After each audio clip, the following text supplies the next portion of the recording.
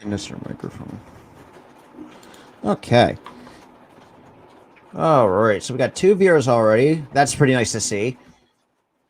All right. So unfortunately, so right now there's still on commercial break at the moment. I just kind of feel like we're just like, you know, just you don't want to really. Oh yeah.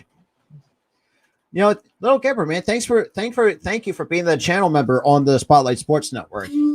But yeah, I mean, it's like, and that's the other thing too. Like, and also like, since we're before we even get into it, we're getting close to another milestone, especially here on the Philly Sports Talk Podcast YouTube channel as well. We're getting close to 200 subscribers. I mean, it's an amazing, accomplishment to have. But yeah, let's unpause the TV. All right. So the game series, so it's going to be Game 3, and the series is tied one game apiece, and the Braves are home at Truist Park. Ooh. This is going to be a very exciting matchup. Obviously, Braves won Game 1,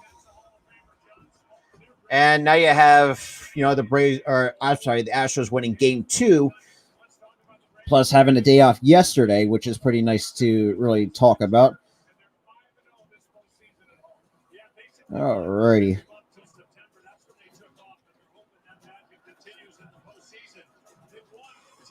Hey, look up, but try to share the stream around. Try to, like the stream, share the stream, and also if you're new to the channel, make sure you click that sub button. We're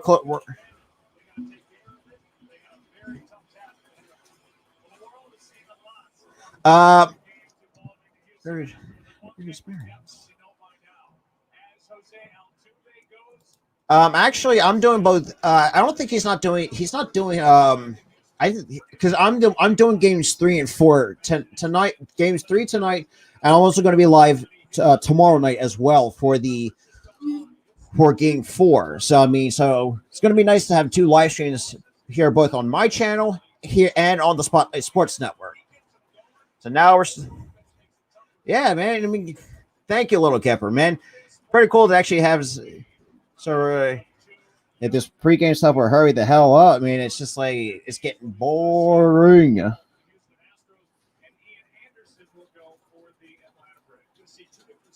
Alrighty.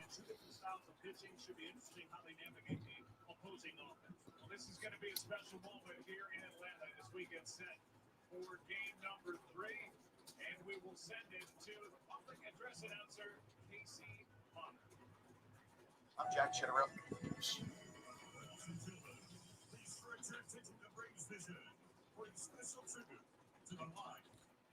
Now they're going to go with the tribute to probably one of the greatest greatest Braves player of all time, at Hank Aaron. There is an awe that surrounds just the mention of his name. He was one of the greatest to ever play our beloved game, but the admiration is about more than baseball. It's the smile that lit up a room. And obviously now you also have the Hank Aaron Award, which is pretty much probably given to probably one of the best sluggers out in Major League Baseball. So I mean, having someone like an award named after probably a great Hall of Famer and Hank Aaron, who broke Babe Ruth's record in the 70s. It was pretty nice to really share and actually have that in the record books. I mean, now we're just gotta wait till get ready to call the game. All he ever needed was an opportunity. And through the Chasing the Dream Foundation, founded by he and Billy Aaron and Henry Louis Aaron Fund, these are being created every day to increase minority participation in the sport he so dearly loved. These programs and initiatives continue the pursuit, efforts, and desire of Hank and Billy Aaron to see more equity in baseball and education in our communities for those who just need the chance. Because for the humble Hammer, it was never about him, but always the next generation of ball players, scholars, activists, humanitarians, and leaders. It was about being an example and respecting those around you, because you never know the impact it might have. The grace and class in which Henry Aaron lived his life encapsulates everything an athlete and human should be. As we salute the life of Hank Aaron, we commit to honor and grow the legacy he created as it lives on forever.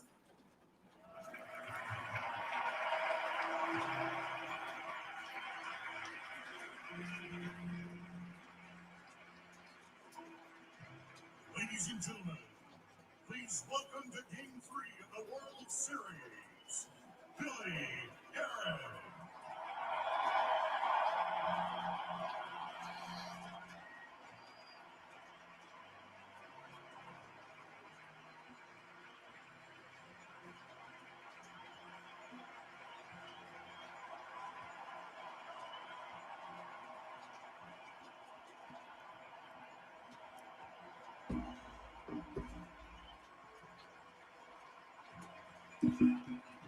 Alrighty.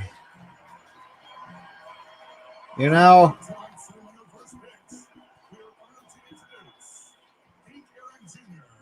Accompanied by his grandson, Renaud, and sisters Gail and Dorinda. Catching tonight's first ball is Braves first baseman, Freddie Freeman. so Dusty Baker's out there because, you know, for those who don't know, Dusty Baker actually played with Hank Aaron way back in the day during his playing days. So, I mean, this is kind of more like, you know, and I can understand, you know, Dusty really sharing the sentimental aspect of it because Hank Aaron, probably one of the greatest. I mean, at that point in the back then, it was probably one of his greatest power hitters of all time. Nice. Welcome for 4 viewers up in the chat. Let's go. Let's go, guys. What is good, everybody?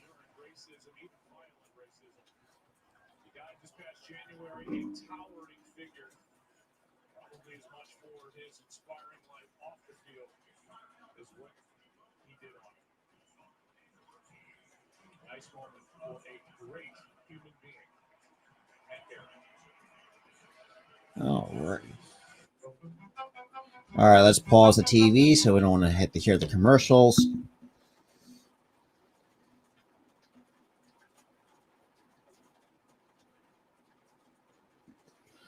Oh, nice. We got 6 people up in the chat. Let's go. Welcome, everybody. Wow. I say first time actually calling not saying this is the first time I'm calling a postseason game. I have called the Dodgers and the Braves postseason game 6 in the NLCS, so that's up on the channel. That surprisingly actually has done pretty well. I mean, plus I'm also going to be calling more baseball games, especially coming opening day. I'm going to start trying doing those as well on the channel. So I mean, it's going to be very interesting. It really is.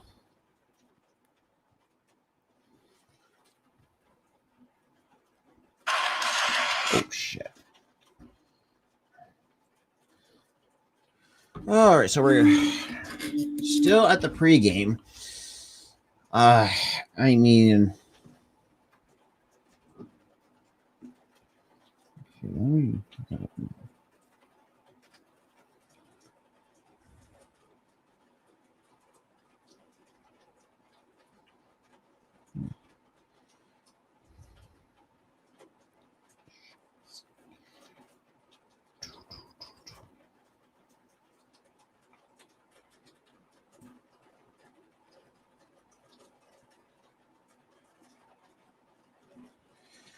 all right, we got 4 people in the chat. Let's go.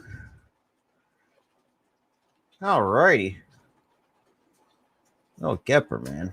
That's pretty nice to become a channel member. Okay. Let's get the show on the road. Yeah, let me fix my... Yeah, don't mind my... Right now, I'm just using my gaming headset at the moment because I had to order a different headset. So, I mean... So right now, if you guys are probably going to see this mic kind of, you know, just sticking up, and, you know, I mean, nothing I can really do at the moment. All right, okay, well, actually, that's got...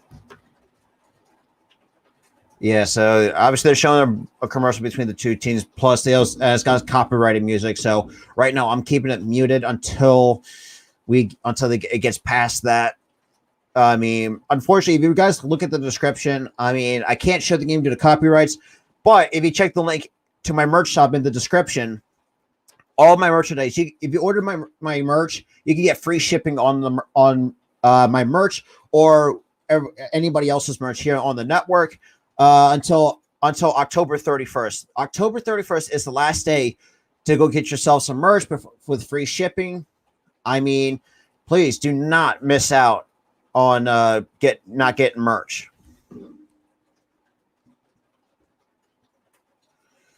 All right.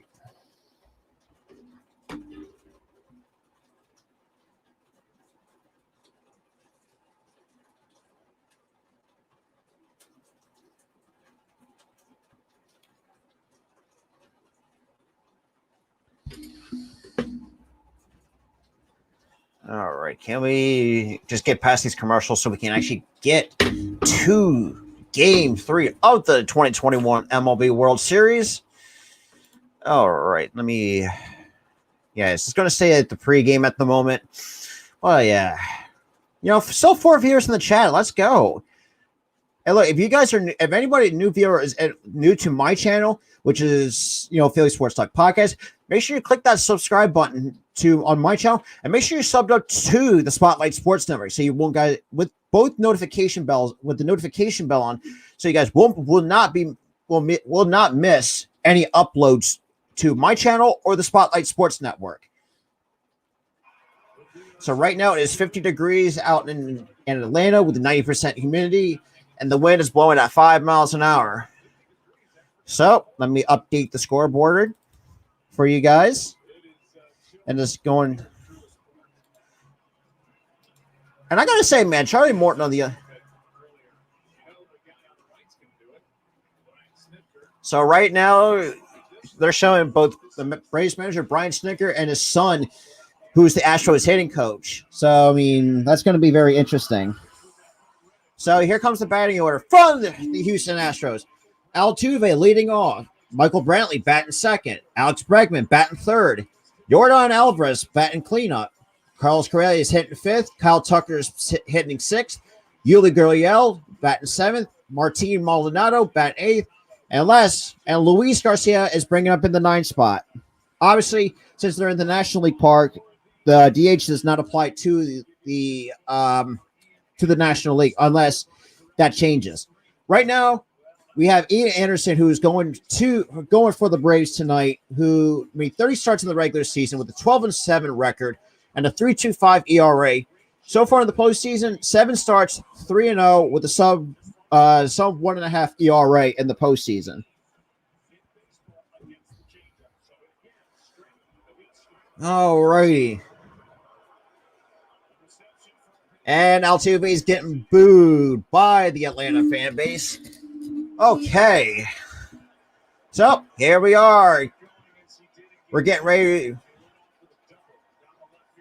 from the first pitch from Ian Anderson, and is just a bit low for ball one to Jose Altuve, who's hitting 200 in the postseason with 4 home runs, 8 RBIs, and an 805 OPS. Series-wise, second pitch from it. Misses for ball 2, down and into Altuve.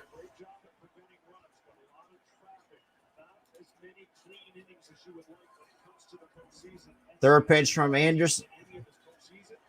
Here comes the third pitch from Anderson. He picks up and deals and misses up for ball 3. The count is 3-0 to Jose Altuve.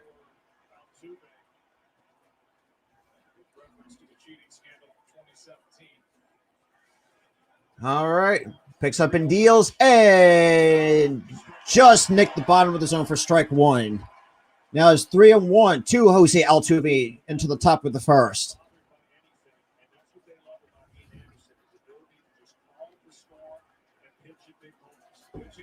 Pitch and goes. And Jose Altuve pops it up behind home plate. Count is a full count to Jose Altuve.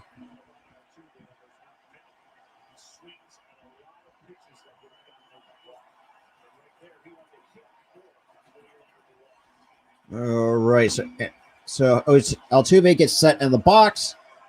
Anderson picks up and deals, and he walks him.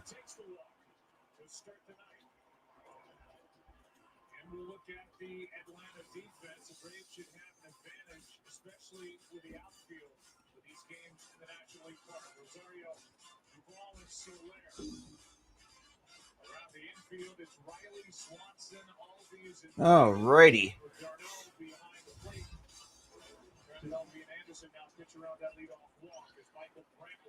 And it's kind of, but now Michael Brantley is now up against Ian Anderson.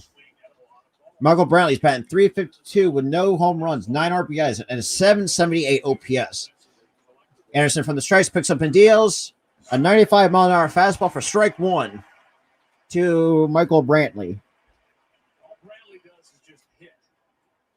57 postseason hits since 2019. He's played in 9 games during his World Series time, and he's hit .378. And a pickoff attempt. And Altuve manages to get back.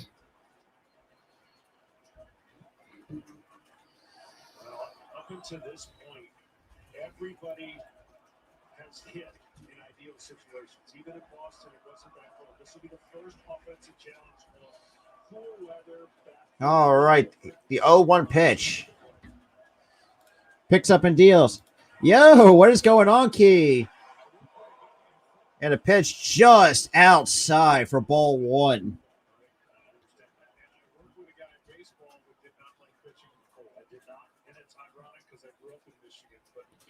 What is going on, Key? Obviously, you know. Alrighty, man.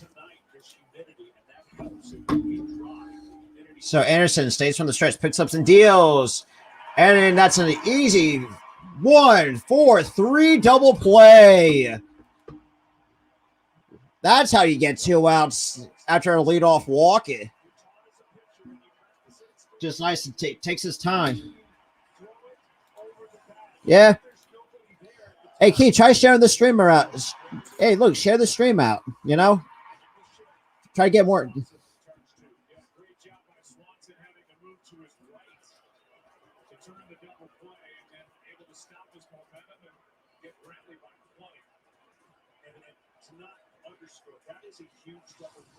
Thanks, Key. I really appreciate it. Anderson picks up and deals for the first pitch to Bregman, and he bounces a breaking ball in the dirt for ball one.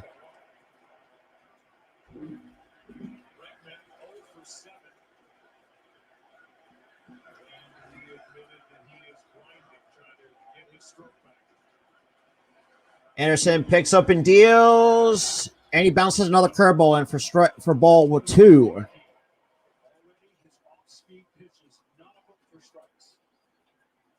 Yeah, unfortunately, I don't know why he would start Bregman out with 2 breaking balls, but I mean, and he's bouncing both of them, you know, about like say 58 feet. Picks up and deals, and a nice paint job at a 95-mile-an-hour fastball in the inner half of the plate to Alex Bregman for the count 2-1. Two drastically different styles. Straight back over the top fastball, and you haven't seen the 2. And here comes the 2-1 pitch. And the time has been called. And Atlanta fans do not like it one bit. The 2-1 pitch from Anderson and picks up and deals. And just clipped the inner half of the plate at 96 miles an hour. And Bregman did not like it. So now the count is even at 2-2. To Alex Bregman with 2 outs in the top of the first.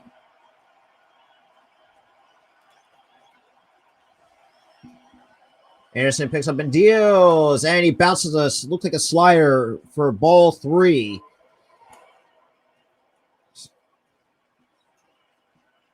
I mean, at this point, I mean, I would rather see Anderson really go back inside with a fastball because he's got 2 calls on the inner half of the plate. So, I mean, I don't really see – I think there should not be no problem going back inside. Picks up and deals, and he walks him on another breaking ball. Like, you know it's 3-2, and the fact that you walk him through another breaking ball in 3-2. I'm sorry, I just don't like that pitch choice, in my honest opinion. All day long to make sure it's World Series ready. But Joe, you have to remember the field was uncovered for 45 minutes before the game. It was raining just like this. All right. Now we got Jordan Alvarez up for the Houston Astros. Baseballs on ground balls, and outfielders need to play a step or two deeper because that ball will skid rather than bounce on the wet turf. Here's Jordan Alvarez. Picks up and deals, and looks like a fly ball out to left. And Eddie Rosario has it for out number 3. So that's the end of the top of the first inning for the managed to get out of that inning. We all know that making money means spending money. So far, from my going into the from what I saw from Ian Anderson, I don't understand he start out with breaking ball first, rather as most pitchers would start a first pitch fastball. But then again, knowing how the Astros team is, they love to hit the fastball. So I mean, I kind of understand that, but if you want to at least get the game started, at least throw a first pitch strike. It has to be plain and simple with that. It really does.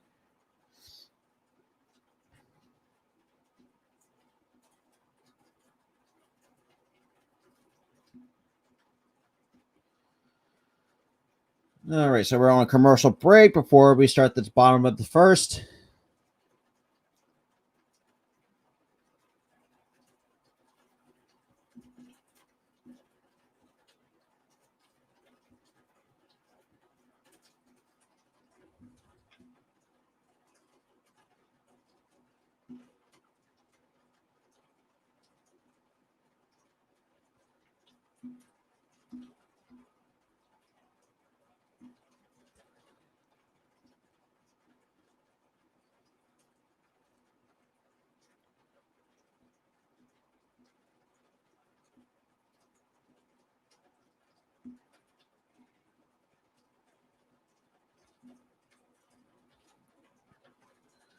All right, so hopefully this is either be the second last commercial before we get back onto the on-field play.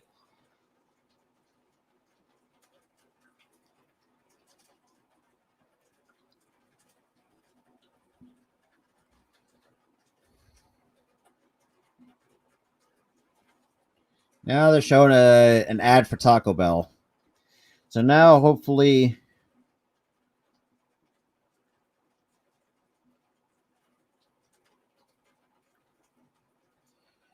All right.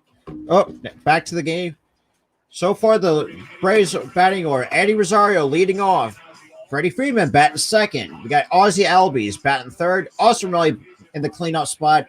Jorge Soler in the 5th spot. Adam Duvall batting 6th. Travis d'Arnaud batting 7th. Dansby Swanson batting 8th. And then we got Ian Anderson batting in the 9th spot. Game 6 of the ALCS, Luis Garcia.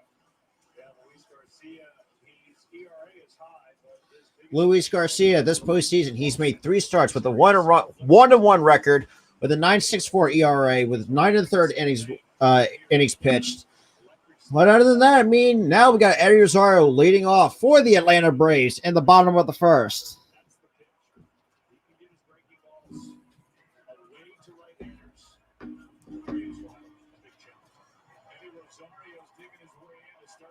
Eddie Rosario, the NLCS MVP, he was just, the fact so far this postseason, he's batting .426 with 3 home runs, 11 RBIs with a 1.173 OPS.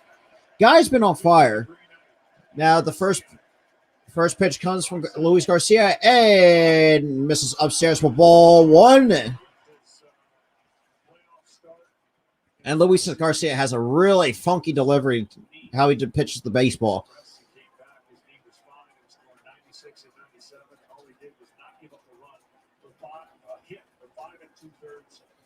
All right. Pitch number 2 from Garcia. And Rosario pops it up and looks like going towards foul territory. Nobody can get there, so it's a foul ball. That we talked about when you get to the National League Park was the outfield play, and that's going to be a little bit of a question for Houston. It's not like he's a terrible outfielder. Alvarez primarily a DH. So Alvarez is playing in the outfield. Since obviously they're in the National League Park because, obviously, so it's going to be a different look to see how Alvarez, plays the outfield, despite the fact, he's mostly a DH in the American League. So now the count is 1-1 to Eddie Rosario in the bottom of the first inning. And we got Dusty Baker, who's leading the Houston Astros, hopefully to Dusty Baker's first World Series ring in his career. The 1-1 pitch, here it comes. And foul back on a 97-mile-an-hour fastball by Eddie Rosario. 5 games for Kyle Tucker in center field entering this game. So now the count is 1-2 to Eddie Rosario for the Atlanta Braves. He's got a lot of ground to cover with Brantley to his left and Alvarez to his right. Yeah, it is a little bit. It's kind of brisk over in Atlanta. 1-2 on Rosario. And here comes the 1-2 pitch. And Rosario holds up for a slider below the zone for ball 2. The count is now even to Eddie Rosario. That was just a good slider that he just did not want to chase. Just holds up. The 2-2 pitch. Here comes the 2-2 pitch. And misses with the fastball down below the zone. Count is 3-2 to Eddie Rosario, who's putting up a good at bat against Luis Garcia, with Freddie Freeman on deck for the Atlanta Braves. There we go. The old-fashioned tomahawk chop. Obviously, Manfred doesn't really want to do nothing about it, but who cares about what Manfred thinks? Now, with that little mumbo jumbo out of the way, here comes the 3-2 pitch, and they say he went around for strike 3, and Eddie Rosario is not liking it. He is not happy.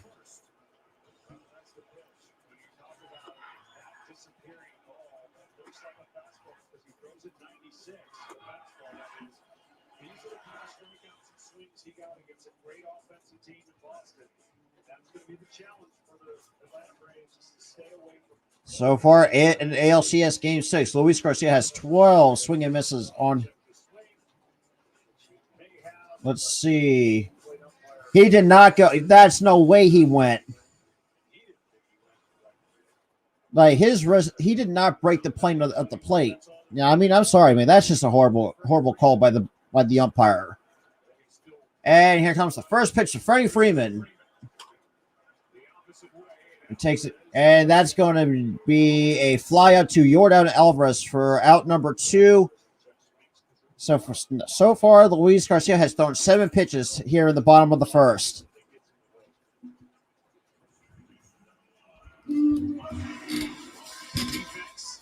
So obviously, center field and right is pretty much the same. Obviously, with Yordan, not being the DH, he's playing left. Maldonado behind the plate. From left to right, we got Bregman at third, Correa at short, Altuve at second base, and they got Gurriel at first base.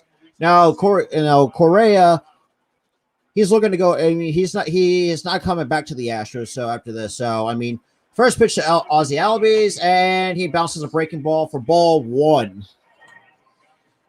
Since Ozzie Albies is a free swinger.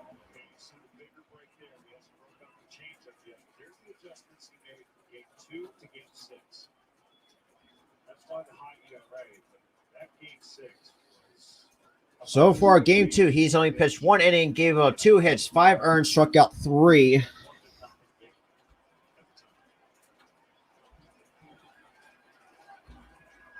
So far, Garcia gets a sign. And here comes the 1-0 pitch to Ozzy Albies, and he swings and foul tips into Maldonado's goal for strike one. Count is 1-1 to Ozzy Albies. Manager Dustin Baker, Brent Strong, they went with Urquidy. That move worked. Urquidy was outstanding. And they get extra rest. Alrighty. Then the 1-1 pitch to Ozzy Albies is holds up and spikes a fastball in the dirt for ball two. So apparently, according to Fox Bet Sportsbook, they have Luis Garcia over under at 4.5 total strikeouts. So I want to know about any about sports bets.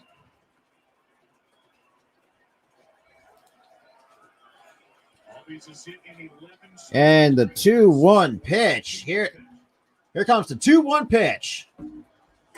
Swing and a miss, strike two by Ozzy Albies on a 95-mile-an-hour fastball at below the zone.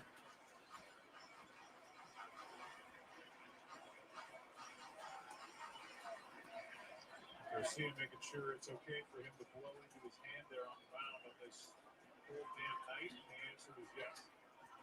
Yeah.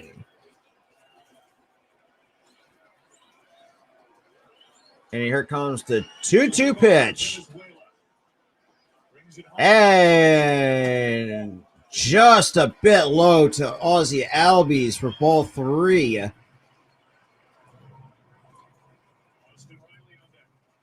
we got Austin Riley on deck for the Atlanta Braves.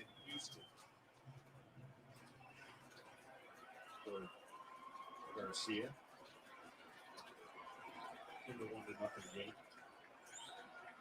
And the 3-2 pitch to Ozzy Albies is and just outside for ball four.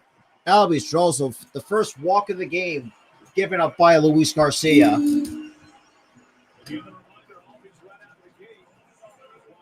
Obviously, obviously with the Taco Bell, still a bag, still taco promotion. Yeah, so they actually took that base that he stole. Now it's going to be in the Hall of Fame because of that. So now we got Austin Riley up, who's batting .245 with 2 home runs, 6 RBIs, a .717 OPS so far this postseason. But in the series, he's 2 for 9 with a double and an RBI. And has an RBI. And the first pitch to Riley is outside for ball one at 95 miles an hour on the fastball.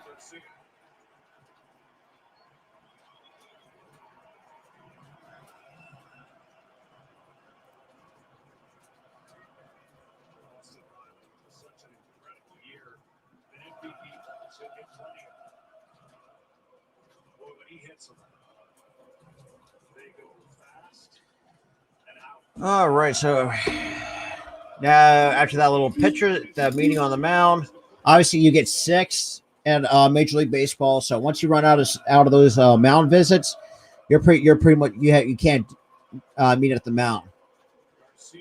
Now here comes the 1-0 pitch to Riley, misses out for ball 2.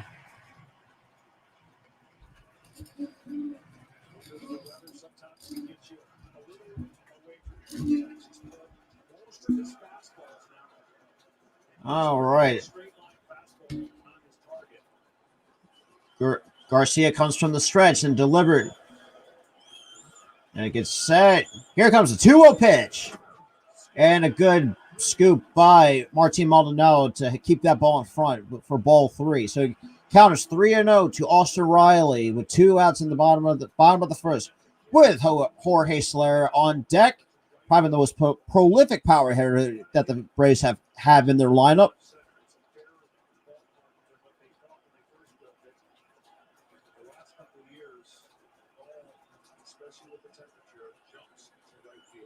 Garcia gets set, and here comes the 3-0 pitch. And he takes strike 1 on the corner with on the slider at 81 miles an hour. Now the count is 3-1 to Austin Riley in the bottom of the first. after having seen 3 fastballs that just did not hit the zone consistently. Then he paints a nice slider on the outside half of the plate for strike to get at least get me over slider. And the 3-1 pitch, swing and a miss, strike 2 on Austin Riley at 95 up in the zone.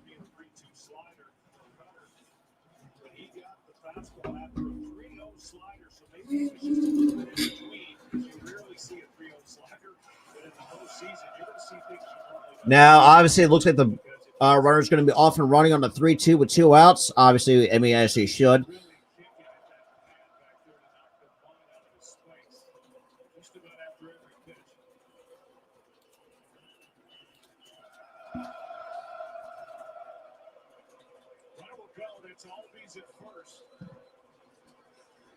And Garcia gets set. And the 3-2 pitch. And he delivers a 3-2 pitch. And swing and a miss, strike 3. That's the end of the first inning.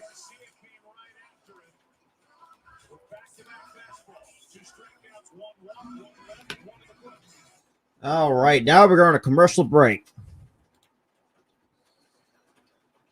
Oh, Lord. I mean, that's a very interesting pitch sequence by Luis Garcia.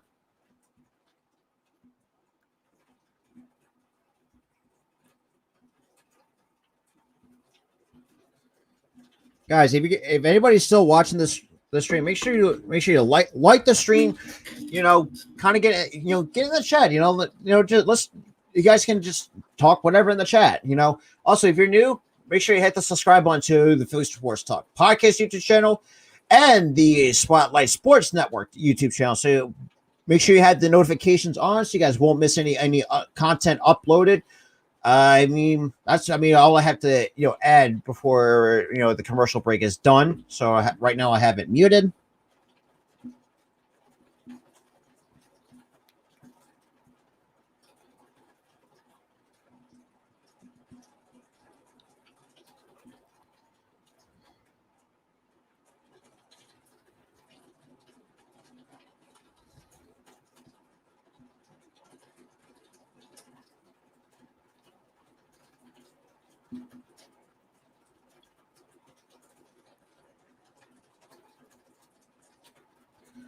All right, so we got 3 so far. We got 3 viewers in the chat.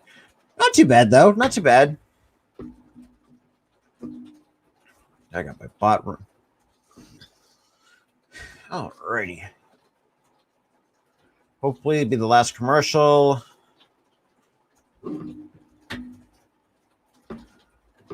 Okay, so got to update the scoreboard.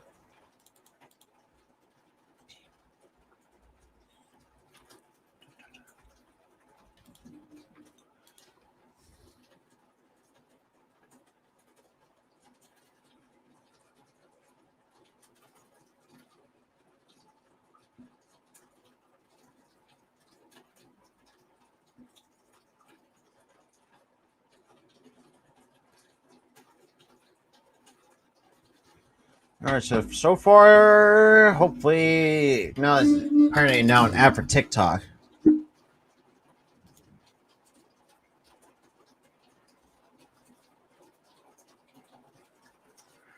All right, we're getting ready to go get back to the game action. And the reason why I do mute my TV because I don't want to hear commercials throughout this entire stream. So don't want to be too.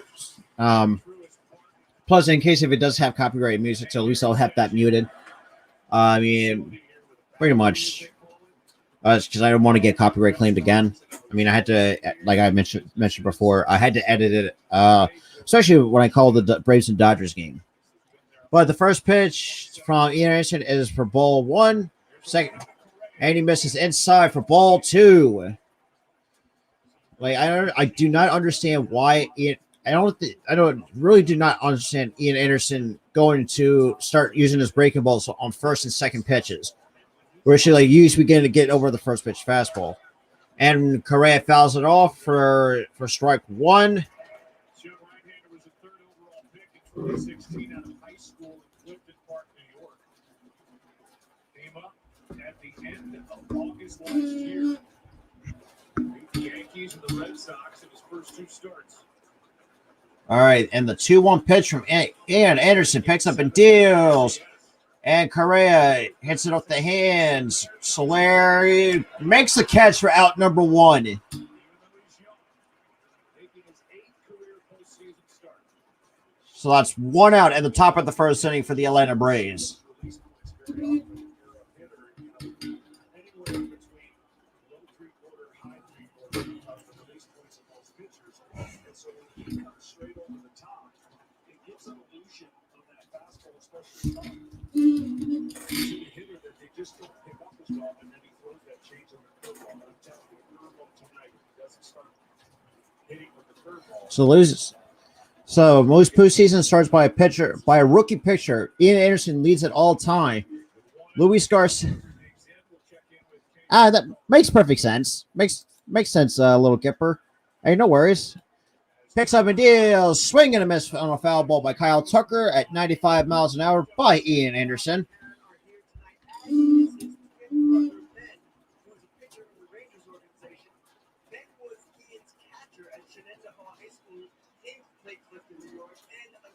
Alrighty. So now the count is 0-1 to Kyle Tucker, who's been kind of been a very good player. Who's been a very good player for the Houston Astros. Anderson picks up and deals for the 0-1 count, and he misses way outside for a ball 2 on a 94-mile-an-hour fastball. He was described by Luke Jackson. And there's Kevin and Ian back in high school in Clifton Park, New York. NBA star and MLB star. Ian Anderson picks up and deals and misses below the zone for ball 3. What? Okay, so apparently they don't have the scoreboard right. So obviously, I'm sorry, it's ball 2. Man, the graphics get me confused right now. All right, so Ian Anderson delivers the 2-1 pitch and swing and a miss on for Kyle Tucker. Now the count is now 2-2 to Kyle Tucker at the top of the second inning. God damn, eye fucking itches.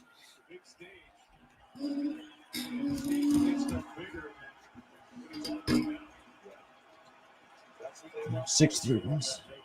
Man, it's still young though. Picks up and deals and ball 3. He skips looked like a cutter in the dirt for ball 3.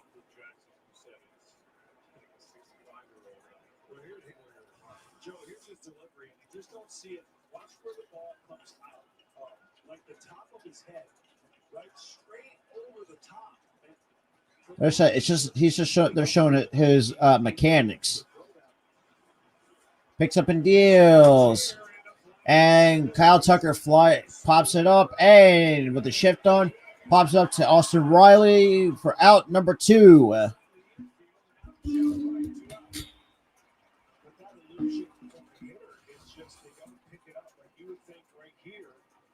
see it, but that change up just enough to take off the fastball. And the change up, if he throws it the same way on his fastball, that will give the hitters a little more of an issue than when he throws his fastball up and misses. All right, so now we got 2 outs in the top of the second with Anderson against it. Now we got Yuli Gurriel coming up to the plate. 2 out, nobody on. Yuli Gurriel, the 37-year-old first-time American League batting champion waits.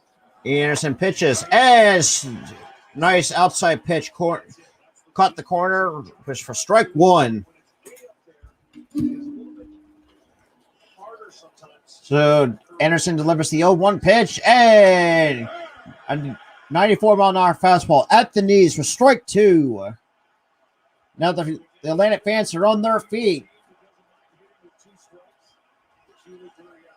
And Anderson delivers the 0-2 pitch and just a bit up in the zone for ball 1 to at least keep the change the eye level. A little less of a shift on the infield for Gurriel.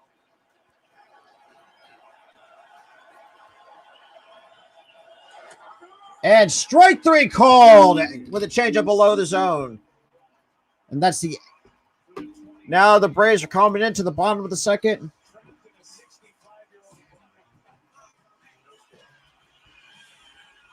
Indeed presents Job Searching with Scherzer. Let's do this. Before you get in the game, make sure your stats. All right. Hey.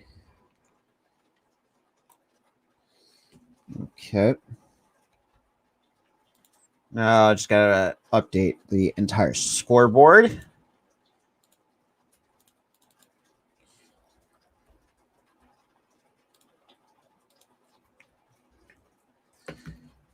Now they're showing a commercial with for Indeed and with Max Scherzer playing the piano.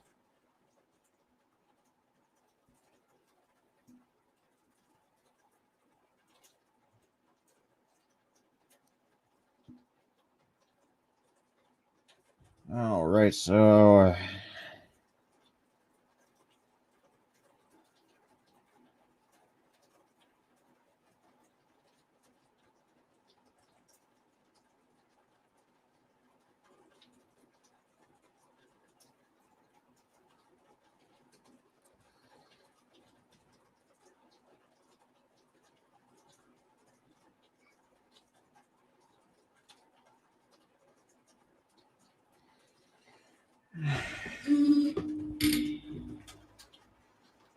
all right.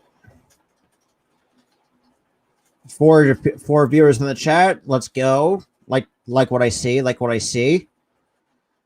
All right, now we got to get past an Under Armour commercial. Hopefully, this could be the last one before we get back to the bottom of the start of the bottom of the second inning.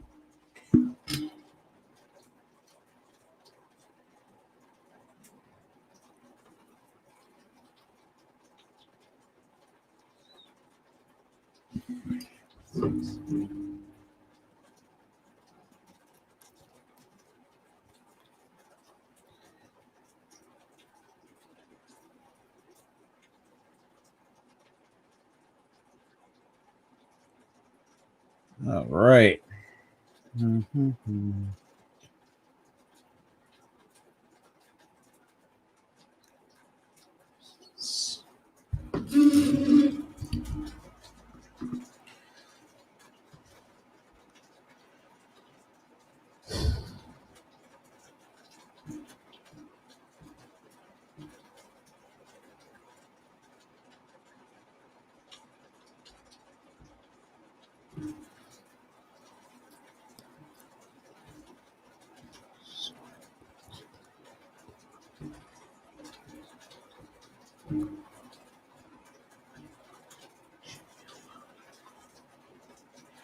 So, welcome to the start of the second inning. Bottom of the second with Jorge Soler leading off for the Atlanta Braves.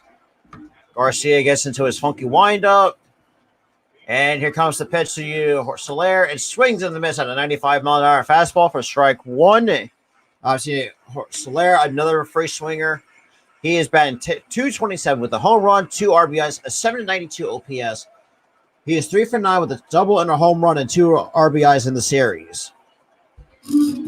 Garcia back to his funky windup and delivers the 0-1 pitch to Soler. And Soler wanted that one back as that was right in his powerhouse at 97 miles an hour. What I mean by that, when you punch somebody out, he shows you his back at the punch out. And so my goal was always to send him to the power record because that meant there was double-digit strikeouts. That was great. Now he is the crew chief working the plate. That's the. And did he go? No, he did not. Man, I swear, some of these checks, like when you check swing, you do not break the plane, and the fact you're going to get called strike. Let's see. Yes, he did. Yes, he did. He did break the. Yeah, break the plane to the. Yeah, okay, that makes it. Not like the one to Rosario, he did not go. That, I mean, like. Now the strikeout to Soler. Now we got Adam Duvall coming up in the bottom of the second with 1 out for the Atlanta Braves. And Garcia comes from the windup and the pitch, and he skips a fastball. It looks like a 58-foot fastball for ball one.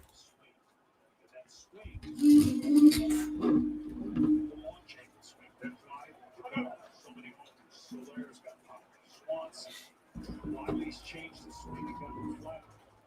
So if a pitcher makes a mistake to these guys, And the 1-0 pitch to Duvall is, and he swings it and it fouls it out of play for strike one. Despite the fact he swung that ball too. second in the league with his 38 home runs, first with his 113 RBIs. He's only hit so far in this World Series. The home run he hit back in Game 1. Second tour with the Atlanta Braves after starting the season with Miami.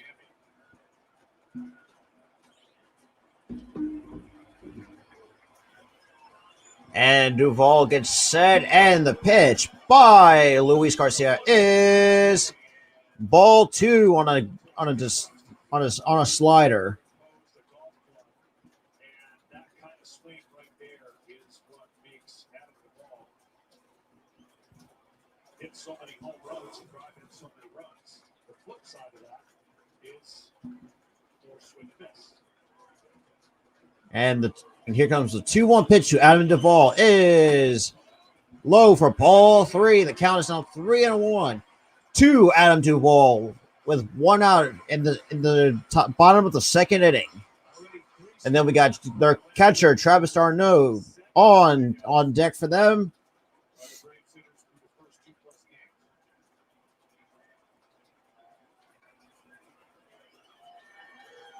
And the 3-1 pitch to Duvall is, and a hard ground ball to Bregman, and throws him out for out number 2.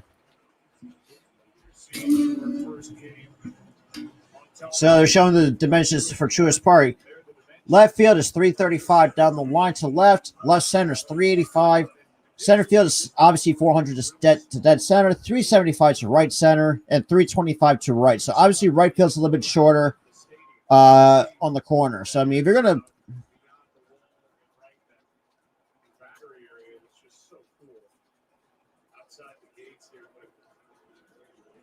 after the buildings popped up, as Brian Snicker, this plays like a true ballpark. This is not a pitcher's park, not his park. It's just a good ballpark. Yeah, it's pretty fair. And the first pitch to d'Arnaud is outside for ball 1. Early returns from the hitters when it was first built, they're like, this is way too big. This is not right. And then the ball started jumping. God, pretty cool. So, alrighty. Different now, and on a cold night, we will travel to Will during the hot summers. And here comes the 1-0 pitch to Travis d'Arnaud in the bottom of the second. Swing and a miss, strike one on the slider in the dirt. And they got to get a new ball. We got to beat him before the first game of the ALCS. And Dusty Baker said he didn't say anything. He was very pleasant. He'll have a grimace on his face every once in a while. He's not happy with something, but he's got a terrific demeanor.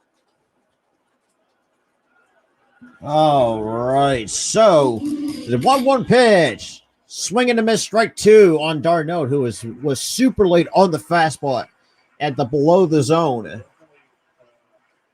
the attention of the hitters with his fastball, and he pitches off of it, so he's not afraid. It's not a show pitch. It's a pitch he uses primarily to get ahead of the kill pitch.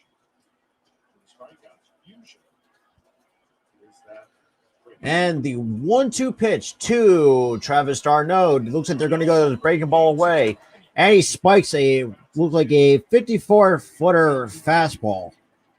Just really spiked that thing into the dirt. Garcia really kicking at that dirt on mound.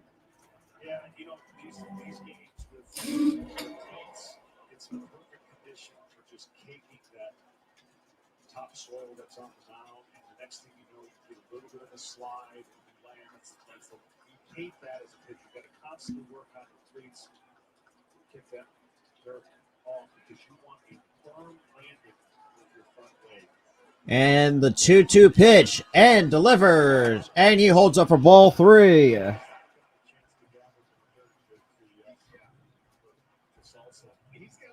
like 4 landing spots. And he's dealing with a bad back knee, the right knee. here's the final landing spot of that left foot. And the 3-2 pitch. Fly ball, and it is off the top of the wall. Darnell is getting around second, and he slides in safely with a 2-out double. I think that wall surprised Brantley out in right. He got on in faster than he thought he was going to. But a double either way. That's where the ball travels, right? It didn't look like he smoked it, but he squared it up, and the ball travels to right field here about as good as anywhere. Part of that ball structure obviously means you got to hit it a little farther. And Brantley took a back shot to the wall.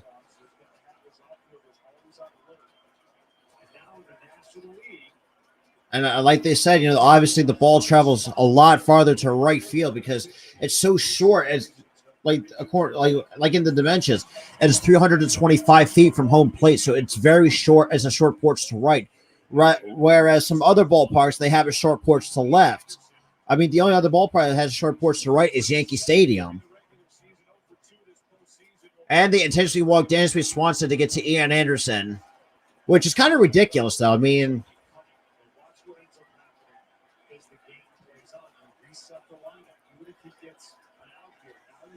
all right. So with Ian Anderson at the plate, Garcia gets set in from the stretch and delivers the first pitch to Ian Anderson. Swings and a miss, strike one on the slider. That was like center cut. The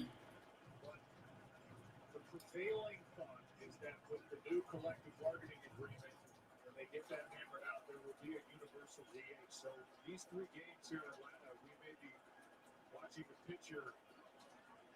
Yeah, so obviously by the start of the all season, and the pitch, and he fouls it back. So to finish up my thought, the MLB Major League Baseball is gonna discuss a new collective bargaining agreement. So this is where I'm gonna want to kind of put my 2 cents in. Obviously, I want the universal DH because I don't want to see pitchers getting hurt by swinging the bat. I mean, it's plain and simple. And obviously, it's even better. But let me hold up that thought real quick. And here comes the 0-2 pitch. And he lays off for ball 1.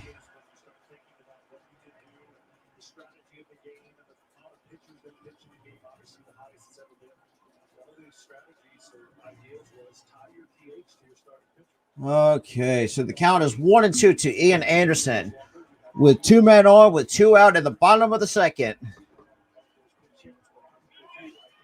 And Anderson calls time.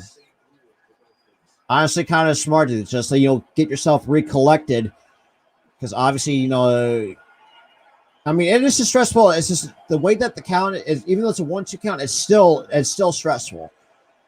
And here comes the 1-2 pitch from Luis Garcia to Ian Anderson. And he swings and misses for strike 3, and that's the end of the second inning.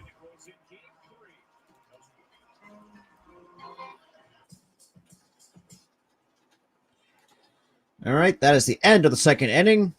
But yeah, again.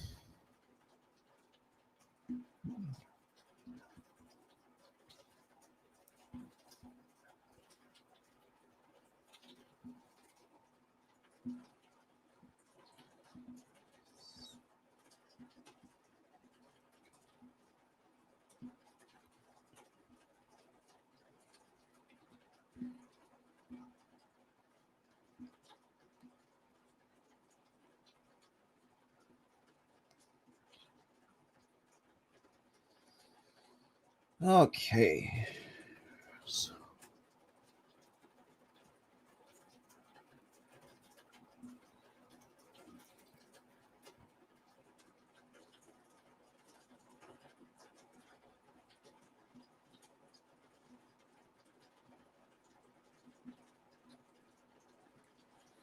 All right, let me get my bring up my OneNote.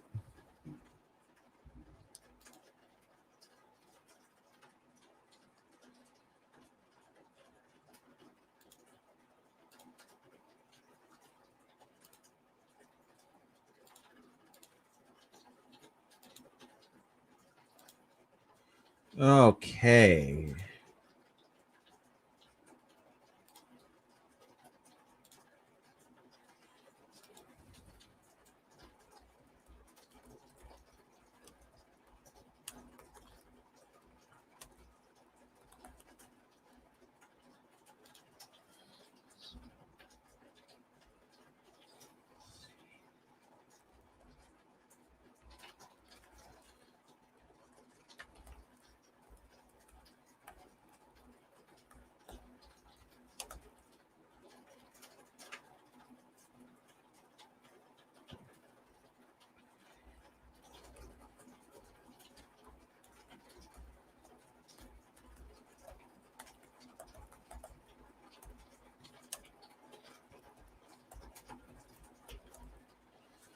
All right, so we got to get and let me actually readjust the scoreboard for you guys, since I hope this is going to be the.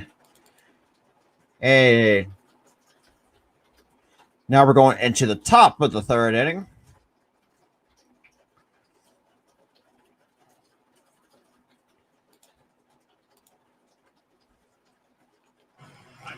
All righty. Sorry about that, guys. Actually, let me go grab a drink of water real quick. Yeah, yeah, absolutely.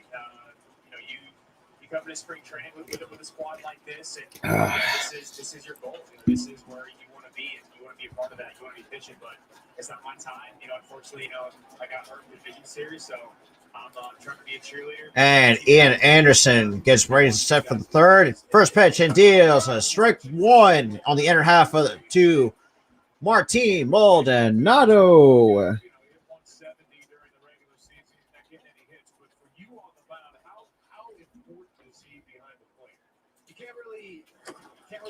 And misses with ball one in the dirt. His preparation is elite.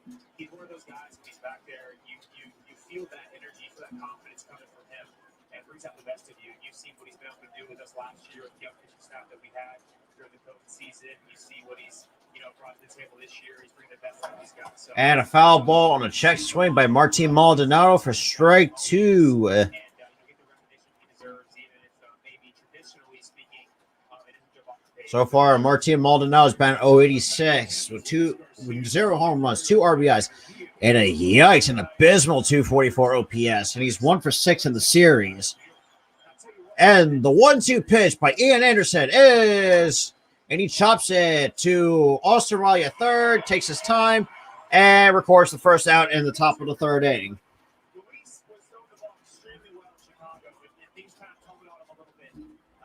But he pitched so well to close that series out for us at home against Boston. It was a really tough series.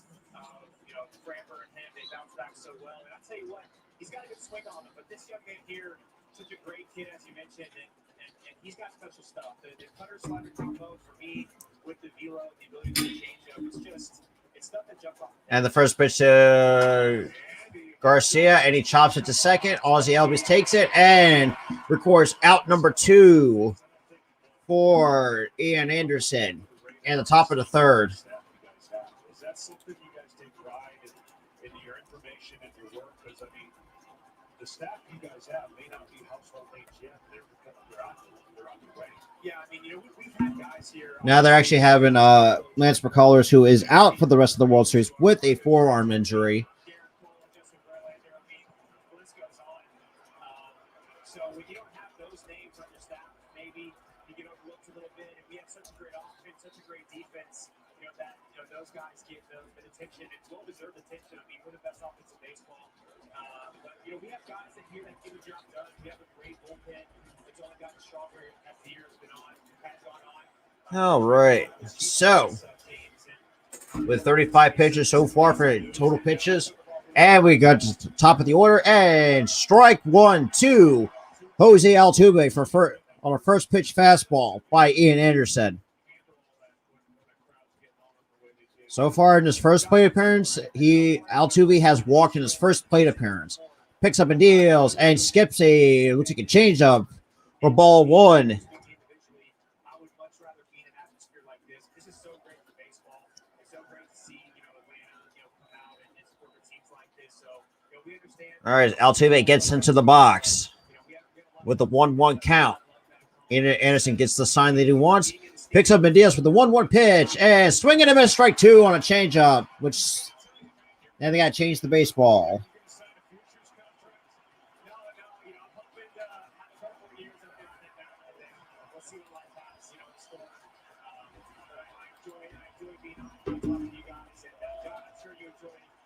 And the 1-2 pitch to Jose Altuve misses way upstairs for ball 2.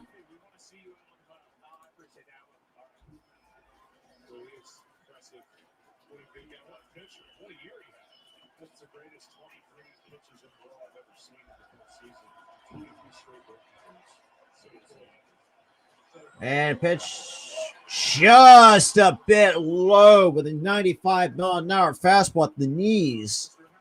Just a bit low.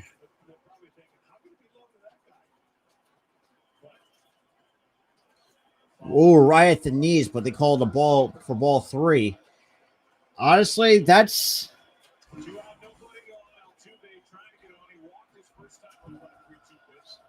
And swings and a miss on a... And he swings a fastball upstairs, and that's the end of the top of the first inning. Or, I'm sorry, third inning for the Atlanta Braves. Pause it, because I've got copyrighted music. Don't want to do that.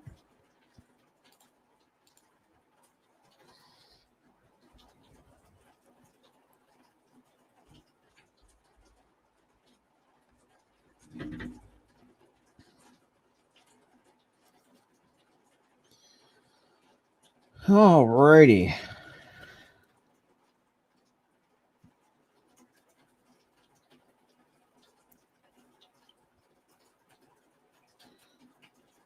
Good shit, good shit.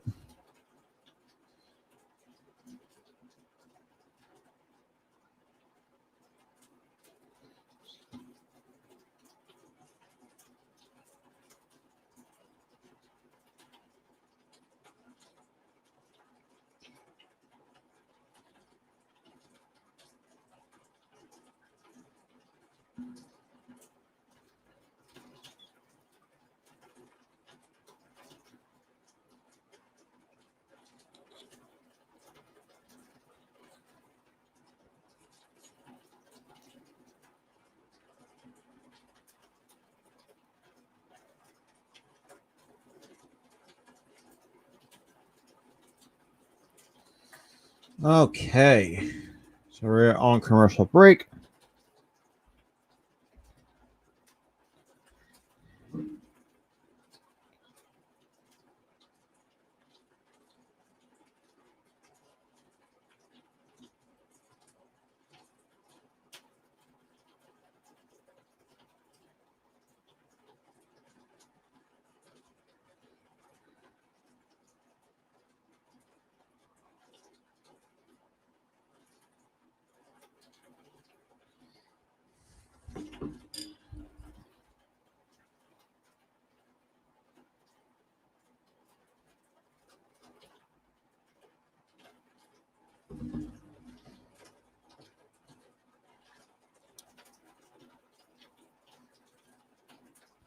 Obviously, that was showing an ad for the Oculus and Resident Evil 4.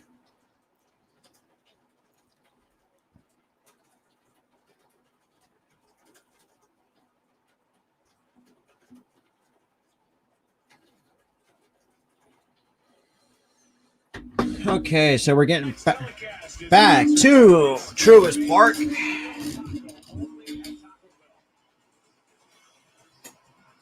So far, unfortunately, the Braves have 1 hit, and that's on the 2-out double by Travis d'Arnaud. So far, that's their lone hit for tonight.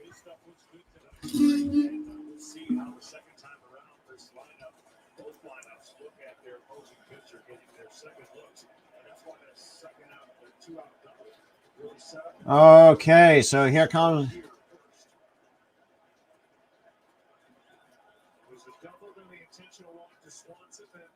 Eddie Rosario now leads off in the bottom of the third. First pitch, and takes a curveball for strike 1.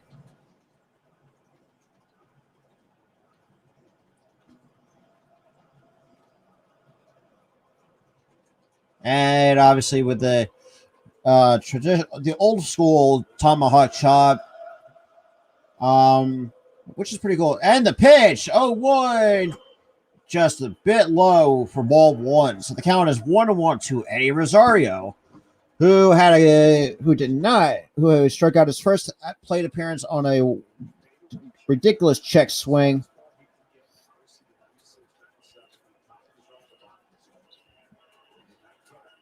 And the 1-1 pitch, and swings and fouls it back on a 96-mile-an-hour fastball for strike two. 2 hits in game 1 for Rosario. 0 for his last 5. Game 2. All right, so Garcia is already up to 40 pitches so far into the start of the bottom of the third, with Eddie Rosario down 1-2, and the pitch. And just a bit high upstairs for ball two. Eddie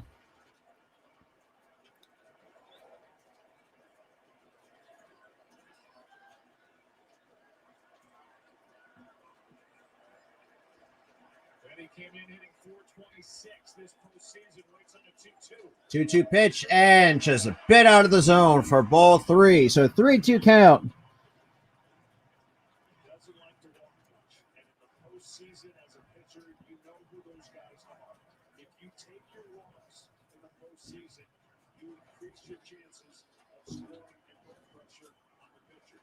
If you want to kill, and this guy's hit lots, so take a look at what he's done. And here comes the 3-2 pitch. And he did not go, so he walks. Let's see this check swing. Third walk, including the intentional pass last inning. Just barely held up.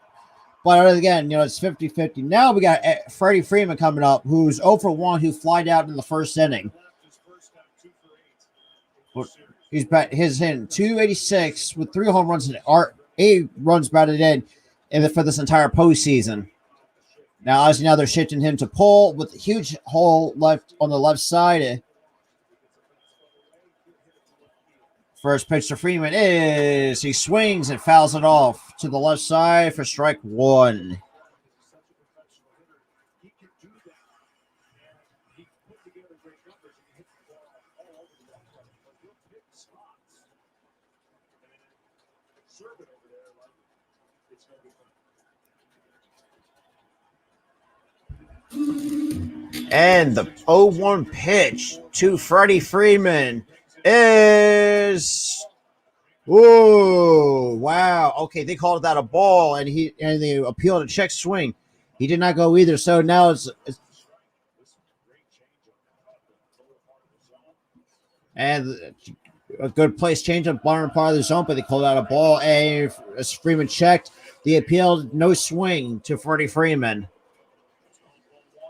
So here we go with the 1-1 pitch to Freddie Freeman is upstairs, up and away for ball two at 95 miles an hour.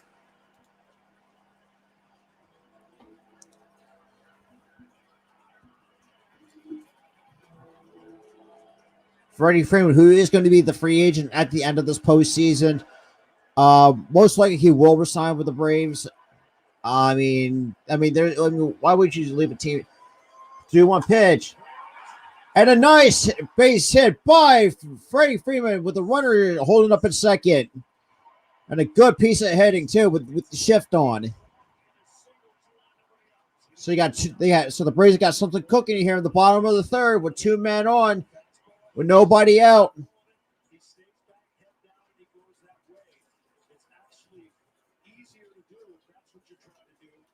All righty.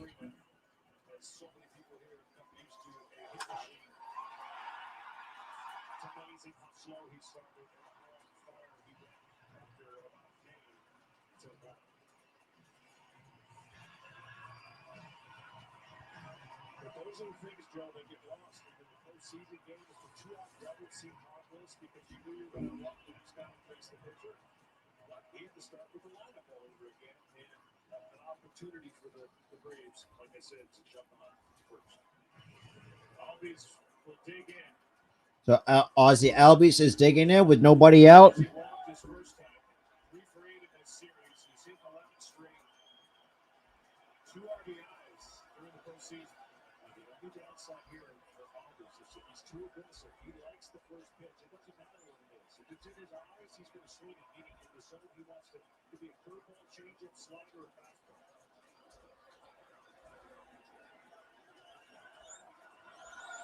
And the pitch to Albies fouls a curveball off for strike 1. What I meant by that is if you got a pitcher on the ropes and you got a first and second situation, the only downside sometimes is he may not let you get into trouble, meaning you're going to swing your way into a run, and sometimes you swing your way into a quick out.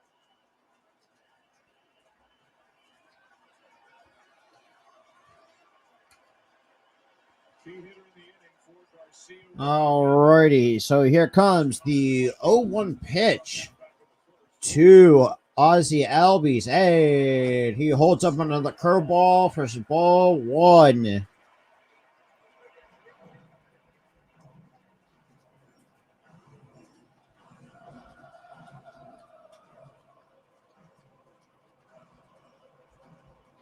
fastball velocity in the regular season through the ALCS. Now tonight, just under 96 miles per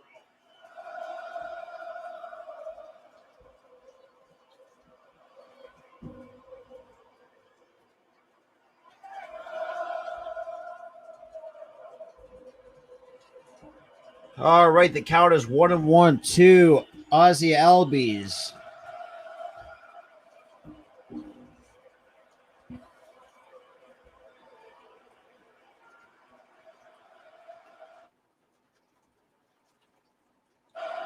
All right, so Garcia gets the sign that he wants. With runners on first and second, and the 1-1 pitch to Albies is it's a foul ball.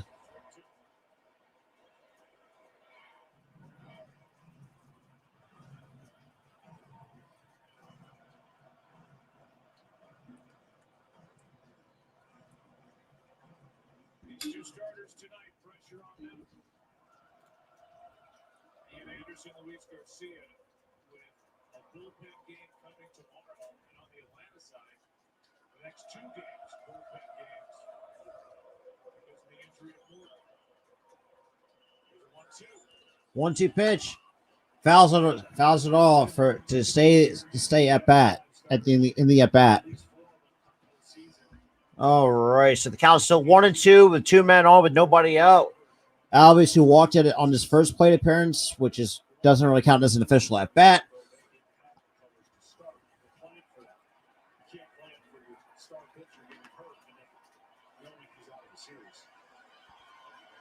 And the 1-2 pitch fouls it off to stay in the count.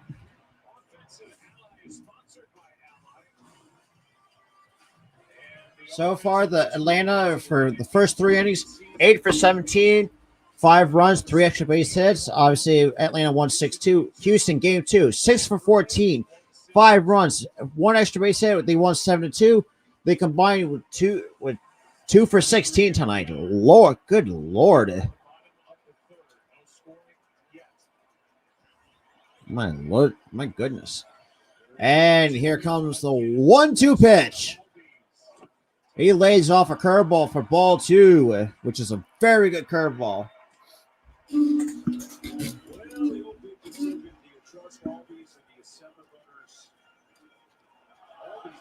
is your guaranteed stay on the double play anyways because of the speed, but it creates some motion and I don't know though. your hitter's going to put the ball in play and not expand the zone with the modified shift.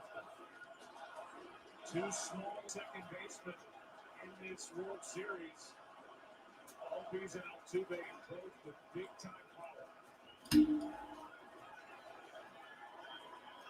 Albies hit 30 home runs during the regular season. And the 2-2 pitch to Albies picks up and deals. Strikeout number 5 for Luis Garcia. So that's one away in the bottom of the third. This is an unbelievable change up here. And out in front was all these gutsy pitch. First and second, nobody out. He misses with that pitch. The bases are loaded, but he executed a fantastic. And just Albies was just out in front on the changeup. Now we got Austin Riley up with one man gone, with two men on base. And here comes the first pitch to Austin Riley, and he looks back at Eddie Rosario. Leading runner is Rosario. In case the Braves want to get some action, Garcia gave him a look back to the bag. 12 steals on the season, including the postseason. So Garcia gets the science run. He gets set to deliver the first pitch to Austin Riley, and the pitch swings and a miss on a changeup. Oh my goodness! Riley so important. All the adjustments he made led to the monster year. When that front side pulls out and his head doesn't stay on the pitch, that's where he was struggling early in his career. People pounded him with sliders off the plate. He swings and misses for a strike one. He was just a tad out in front. So, Riley looking for the RBI. and it looks like they're playing him straight up. And then straight up double play depth, and the pitch. And a fair ball for Austin Riley. Rosario scores. Freddie Freeman stays at third. It's a one-out RBI double for Austin Riley.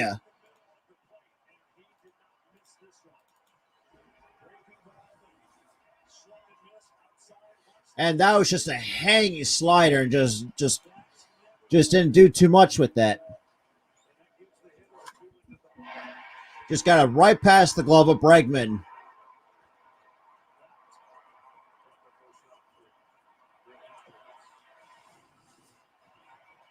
So you got one man gone, with runners in scoring position on second and third, with in the bottom of the third, with Jorge Soler coming up to the plate.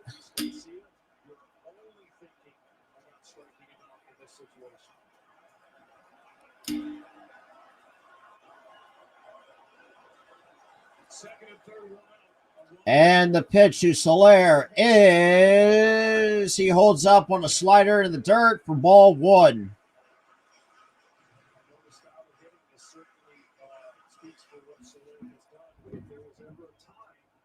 To think right field, right center, that helps you stay on pitches and not trying to launch pitches, but you can pull off a breaking ball. Great fastball hitter, Soler. And the pitch to Soler misses inside for ball two. 2 balls, no strikes. On deck is 2 balls.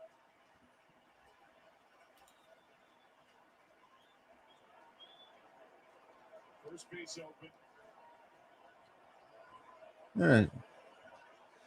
And Dusty Baker looks on with Garcia almost at 60 pitches. And the 2-0 pitch to Soler, picks up and deals, swings and a miss. And count is now 2-1 to Jorge Soler, who swung out a pitch that was way outside the zone.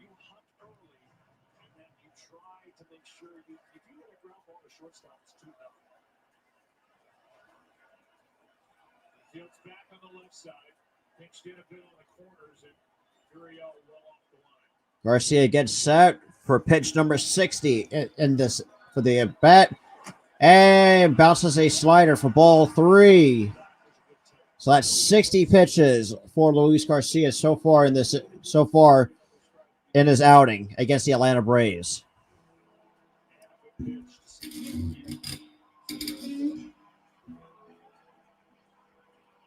All right. Oh, sorry about that. And they got Yimi Garcia warming up in the Houston Astros bullpen.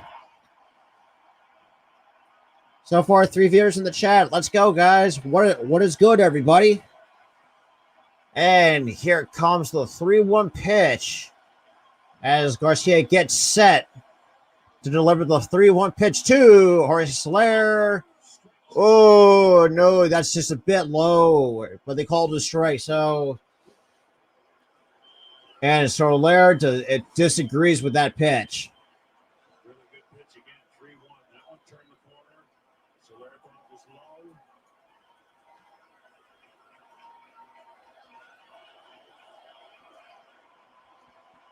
low. Oh, even Austin Riley, his face says it all. 3-2 pitch. And the 3-2 pitch to Soler, which should have been ball 4. And did he go? No, he didn't.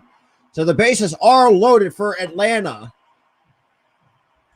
And then you got Adam Duvall, who's coming up with the bases loaded. Sponsored by Geico. Happy Geico. Switch to Geico for more ways to save. Brent Straub comes out.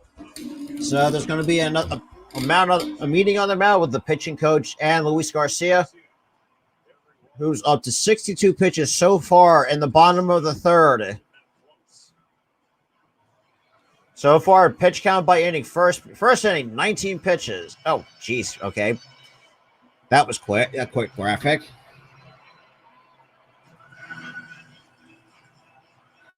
Duvall will be the hitter with the bases loaded, 1 out. Okay. Obviously, now they're going to showing the for college football with Michigan taking on Michigan State Saturday at 10 p.m. 10 a.m. Eastern Time, 7 a.m. Pacific. No one really cares about it. Well, probably not going to be really that much in there anyways. So, I mean, obviously for Garcia, I think longest he's going to go is to Adam Duvall in career 81 at bats. He has a 235 average with 5 grand slams. So obviously his numbers are really good with runners with runners on compared to with runners that are not on base. And Garcia goes from the windup and delivers the pitch 2, and he fouls the first pitch fastball off for strike 1, which should have been ball 1.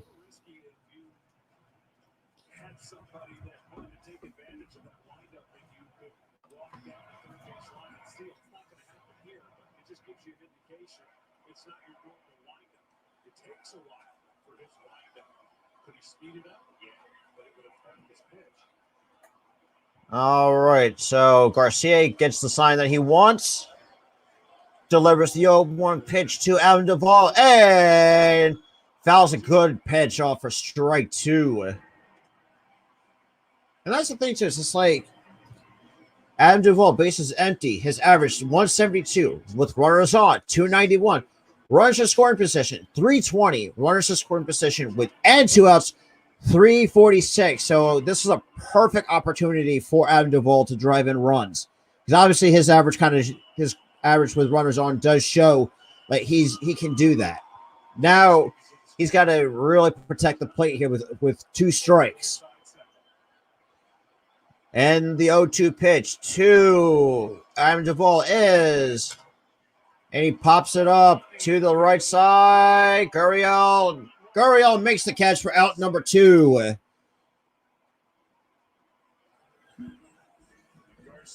I just kind of feel like Adam Duvall just wants to hit home runs. That's what's going to kill you.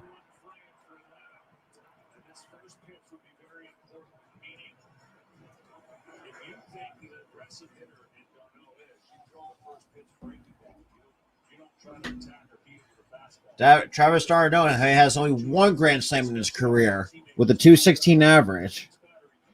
I mean, he has that double tonight. So I mean, they can't do too much. So that's the thing. Austin Riley has been out at second base for about 15 minutes watching these pitches come home. And as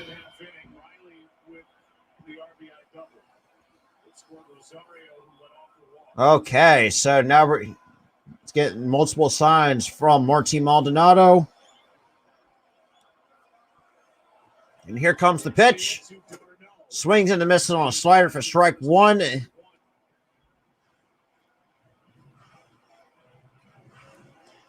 what Greg been playing so far back. If I'm Freddie Freeman, I'm gonna fake like I'm doing it just to see. Yeah, most of the infield is playing back because obviously it's now 2 outs. So it's like they can go to any bag in this situation. At this point, I mean, if Darnell can find a Here's the 0-1. I don't know that I've ever seen a runner at third. yeah. Okay, as much as it's a pitching goal at this point. Right now, the Braves are up 1-0 so far. And Luis Garcia is already up to almost 70 pitches so far. It was not even a fourth inning just yet.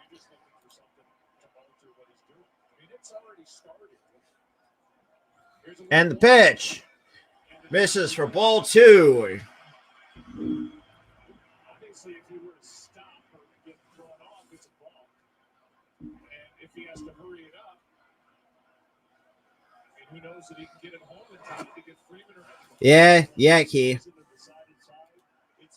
So right now the count is 2-1 to Travis d'Arnaud with Garcia. Yeah, that's most likely what's going to go on. Well, the Houston is because he have a right-hander warming up. And here comes the 2-1 pitch to Travis d'Arnaud. And fouls it off for strike two.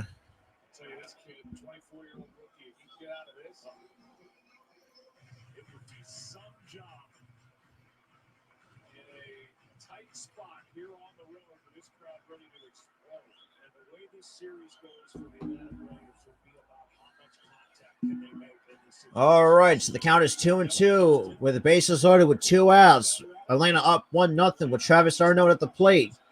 Here comes Garcia, delivers his pitch number 70 of the night, and did he go? Yes, he did.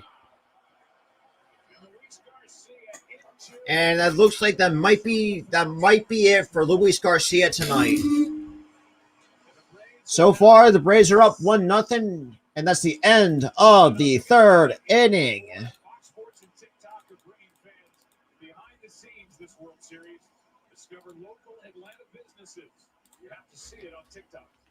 Yeah, nobody. Well, now go to commercial break. So far, I mean, not much going on. I mean, obviously with being the cold, wet, and damp, the ball. I mean, obviously to right field, it looks like it's like traveling. So I mean, it's just just basically kind of it. Just I feel it's more like a pitcher stool than anything else. But I just kind of feel like Luis Garcia is not going to last long in this game because right now he's already up at 70 pitches so far, going before the start of the fourth inning. So, but yeah, I mean, it's just. I mean, look.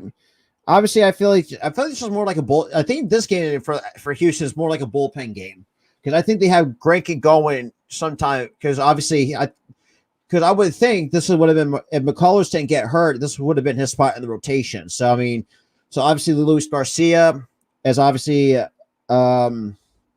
basically kind of replacing Lance McCullers for tonight's game. And of course they have to. Okay, man.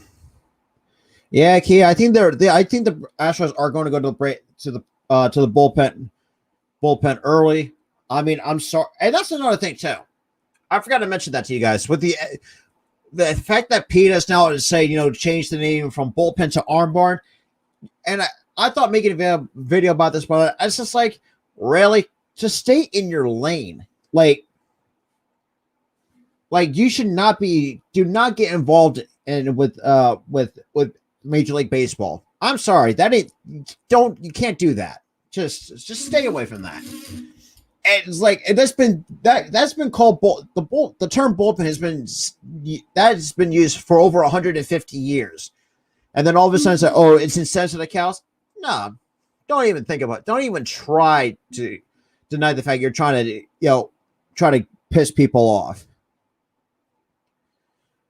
But this is kind of what my 2 cents is on that issue. Now, so far, the Braves have one run on 3 hits. So far, the last person who has allowed no hits through the first 3 innings, John Smoltz in 1996 Game 1 of the World Series.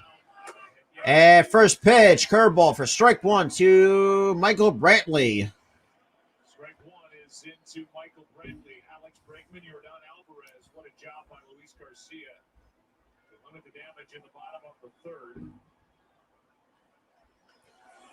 3rd. And Brantley fouls off another curveball for strike 2. You're on another card. John Smoltz. Braves have 1 World Series Grand Slam, Lonnie Smith, in 1992. The 5th inning off Jack Morris. John, you started that game. Was that in Toronto? That was at Skydome, yes. Okay. And here comes the 0-2 pitch. Just a bit outside. We've all fouled out to first. Darno struck out. Therefore, it's just a 1-0 game. It's equally a big inning. Okay.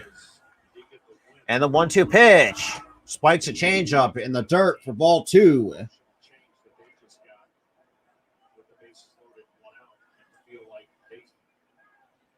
Alrighty. So what do we got? Well, we got 2 people in the chat. Okay. Not too bad. Here comes the 2-2 pitch. Bounces another changeup. Yeah, now okay. The fact that he's had 0-2 and then you fall behind with 3 straight changeups in the dirt, with 2 changeups in the dirt after throwing 2 curveballs to get the first 2 strikes, and then you fall behind. That's another thing he needs to work on, is staying ahead of the count. Swing and a miss, strike 3 on a changeup. Actually, that was a better changeup than the last 2 in the dirt. This is an interesting delivery. There you got it, right? There's the release point. But watch this. He comes out with a fastball, straight over the top 14 fastball. And then there's the changeup. And he's going to throw the breaking ball for that. But this is really going to tell you the tale. Coming out of his hands, that's what the hitter's looking at. And that's what they have to decide last minute. Now they're showing, or basically showing, how his arm angle is, because pretty much just way over the top. And he throws a first pitch for a ball, 1-0 to Alex Bregman, who walked his first time up at the plate. And the pitch takes looks like a changeup for strike 1. Difficult to have over the top pitch like Tom Seaver at your bottom half where your knees kind of straight. And here comes the 1-1 pitch and just misses way inside for ball 2. So that's pitch number 50 of the inning for Ian Anderson. Alrighty, ladies and gentlemen. So Bregman gets back into the box. Seven at bats, does have the 1 RBI, the sac fly he delivered. Yes, so Bregman so far is 0 for 7 pitch and misses with a fastball up and out of the zone for ball 3. Count is 3-1 to Alex Bregman. Is the patience of the manager knowing, okay, he flirts a lot with 3-2, with 3-1, and walks. And when he's in that rhythm, you can tell right away he can pitch 6 or 7 innings. And here comes the 3-1 pitch. And swings and fouls it back to get it back into the count. It's the 3-2 count for Alex Bregman. All righty, Lee. Now the Atlantis fans are on their feet. And the 3-2 pitch. And he hits it up the end of the bat, flips it up to center, and Duvall makes the catch for out number 2. Way to come back into. He managed to get back in, get that out despite being down, down 3-1. Get a good strike call and then get him to, flip it out to fly up to center. Here's Alvarez. I thought it was interesting that Brian Snitker, who's as honest as any manager that we talk to, knowing that bullpen games are coming up, meaning he doesn't have a starter, so to speak, to go the next 2. He said, I'm not worrying about that at all tonight. Once the game starts, I'm managing to win game 3. Whatever happens in game 4. Alrighty. So far, misses with a pitch for ball 1. Here comes the 1-0 pitch, Jordan Alvarez. Gets called for strike 1, like high and outside, but managed to catches the corner. He's shorthanded in that regard, but he definitely has to piece these games together in quadrants, right? 4 innings. Now here comes the 1-1 pitch. And just a bit outside to Jordan Alvarez for 2-1. And obviously the Braves fans are booing that.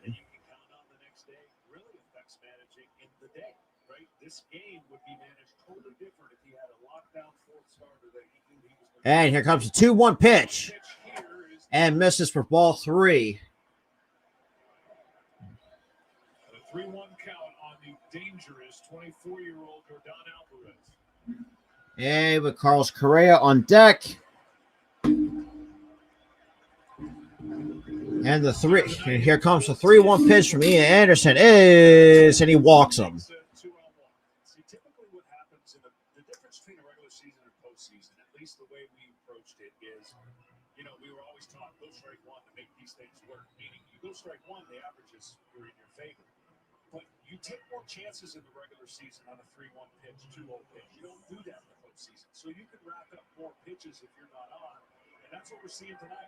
He's got some walks. He's been behind in the count, but he's getting time. Now we got Carlos Correa up, who is 0 for 1, who flied out in the second inning. Houston yet.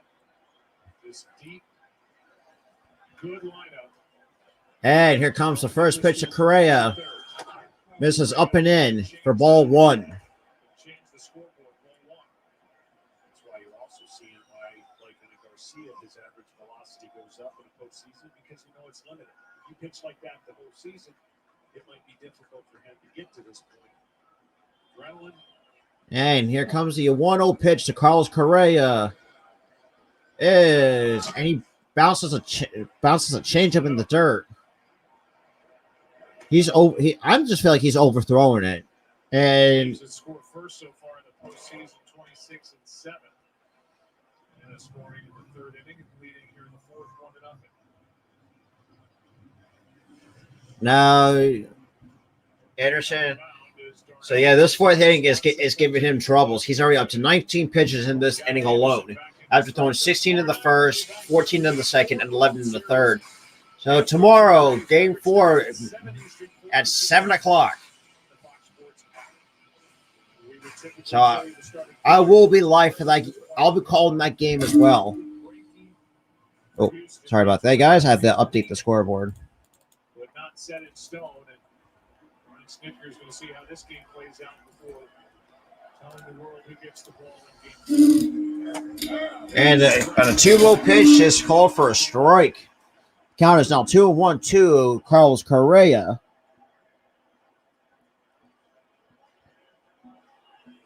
By the way, Zach Greinke is on the list to pinch hit tonight.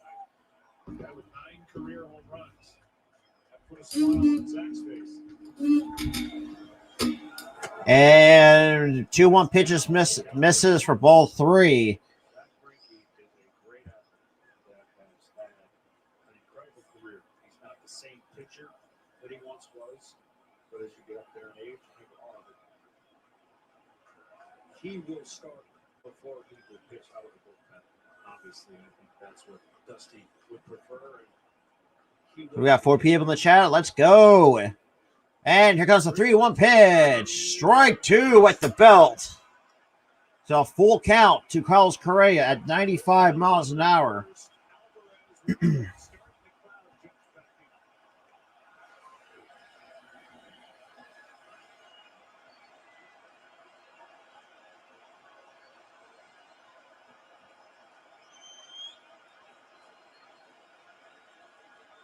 And the 3-2 pitch. And Alvarez going to third, but I think that pitch hit Correa, which means it's a dead ball. 2 on. so, yeah, Correa gets hit by the pitch. So that's hit by pitch. So I wouldn't be surprised if the Braves got their bullpen up and going. Yep. What playoff baseball will drive managers crazy. 2 outs, nobody on. 2 outs, nobody on. You just got your 1 run, and now you've traded. Wow, 5 people in the chat. Let's go. 2 hitters, and it doesn't get any easier with Tucker and Gurriel. Now I wouldn't be surprised if the Braves, I think, should at least get at least somebody up in the bullpen, because now you got Kyle Tucker, who obviously 0 for 1, fouled out in the second. This guy combines what you're looking for in any sport: speed and power. And Anderson gets set Chance for the and pitches. Shoot. Wow, what a friendly corner on that one. And Kyle Tucker just disagrees with that. It was outside, and now we'll see if they try to pick on that again. That would be a place to go again. A good ball off the plate. Tucker, of course, reminding Valiant that he thought it was off the plate. And the 0-1 pitch, 2 out. just a bit outside for ball 1. Both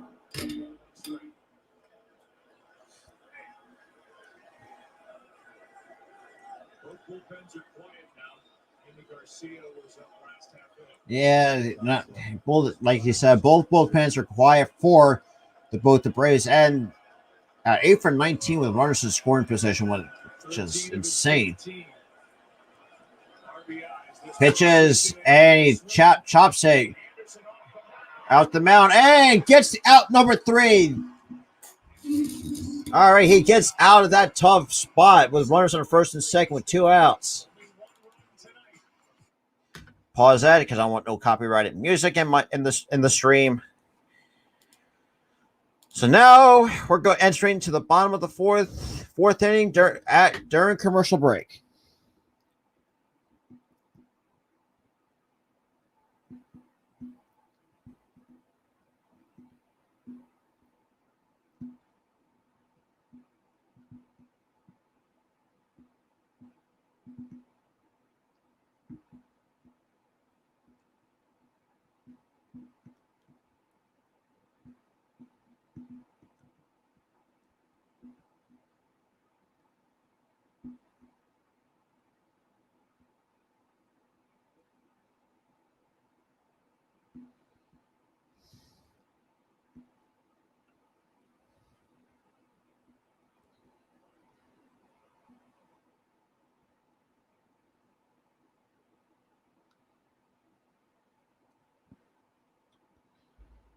Very nice.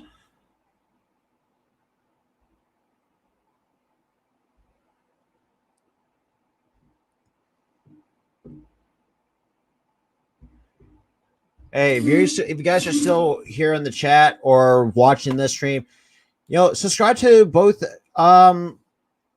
my channel and Spotlight Sports Network. Both Spotlight Sports Network's YouTube channel link will be in the description in both of these streams. So go subscribe to myself and to Spotlight Sports Network, so you guys can be, and also have the notification bell on, so you guys will be instantly notified.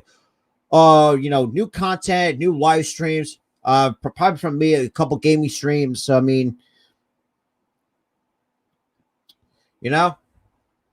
just give it a little out there. All right. So, obviously, to our weird commercial break. Nice. 1 viewer from my. Still holding 3 viewers tonight. Yeah, Lord. Okay, internet. Don't fuck with me right now. Okay. Not too decent internet. Okay. Dude, when is this commercial break going to be done? Lord have mercy. Do, do, do, do, do, do. What do we got? Back to Spotlight Sports Network. Oh, hang on. So copyrighted music. Now we're going to the bottom of the fourth, hopefully. And once this gets over with, because that's got copyrighted music. God damn it. Like, can you just enough with the copyright music, please? Okay, so Dansby Swanson will lead it off the bottom of the fourth inning for the Atlanta Braves. Surprising that Luis Garcia is out there after going, 3 and a third so far with a little bit over 70 pitches. With actually 70 pitches on the die, I should say. First plate appearance for Dansby Swanson. He was intentionally walked. So Swanson.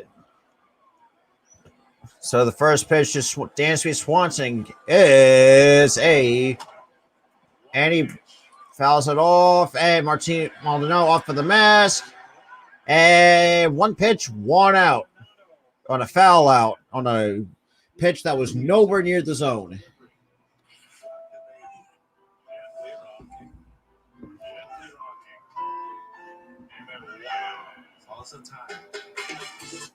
Nope. Not having any copyrighted music in the stream and on the Spotlight Sports Network YouTube channel. Now, he's got a great arm. He can pitch. Now, he can pitch, and he's unique, and that delivery works for him. They've been working on it. Tonight, so Luis Garcia is the first rookie and World Series history to strike out, with multiple strikeouts in the first 3 innings. Picks up and deals to Ian Anderson, and lines out to Yuri Gurriel on a good pitch. So that's 2 outs in the bottom of the fourth. He's already become the first rookie in World Series history with multiple strikeouts in each of the first 3 innings. And that might do it for Luis Garcia. Oh, hang on. I might be wrong. Dusty Baker is going to take the young right-hander out. Yeah. Okay. Pitching change. So Blake Taylor is coming in for the Houston Astros. So now we're down to commercial break.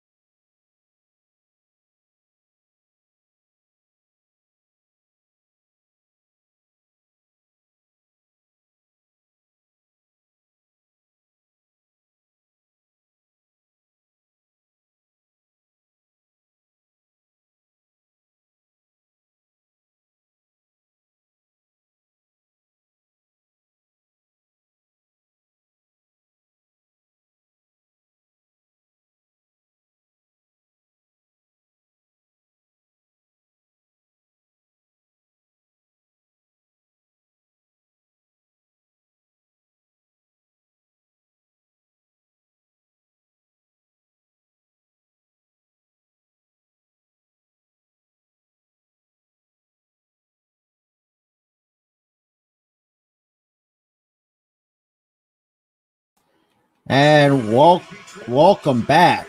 Sorry, but I had to take a small commercial break of my own. So, I mean, apologize for that.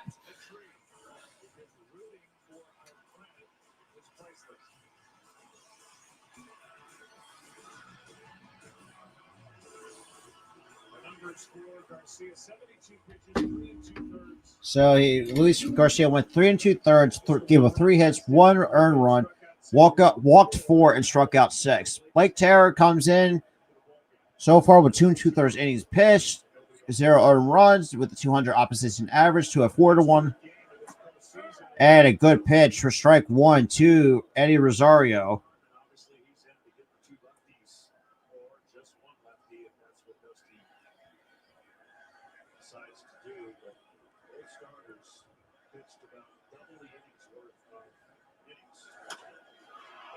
And a high fastball, and deep down the left field line, and is fouled for Eddie Rosario.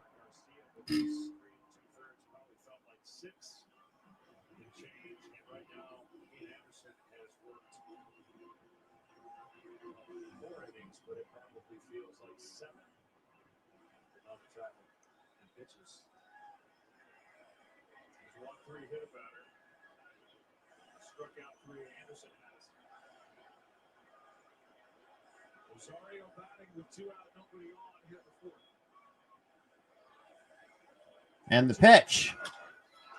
Fights it off for a base hit for Eddie Rosario. He is now 1 for 2 tonight and takes a huge wide turn around first. So a nice 2-out base hit by Eddie Rosario to get the bottom of the 4th inning started for the Atlanta Braves.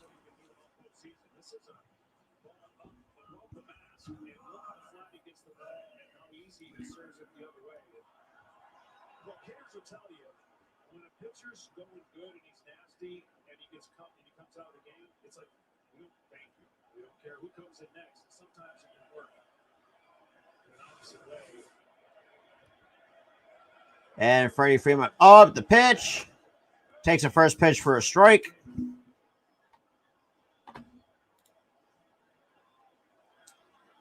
Nice. Nice. We got three viewers in the chat. Let's go. Like what I see. Freddie Freeman is now 1 for 2 tonight. With the count 0-1 to Freddie Freeman. And the pitch. And takes a low pitch for a strike 2.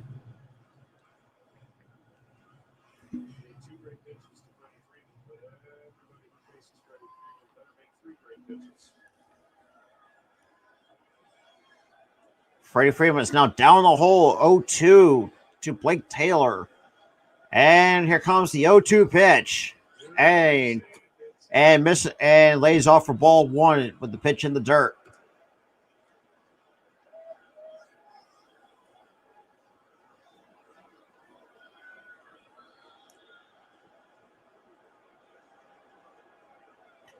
Ozzie Albies is on deck. He's 0 for 1, probably with the strikeout.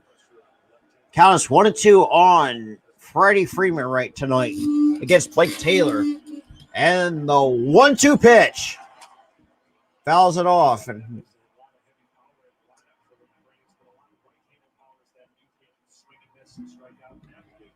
So Albies, Rosario, Freeman have to take advantage of the right-handers that are in there and give them a chance.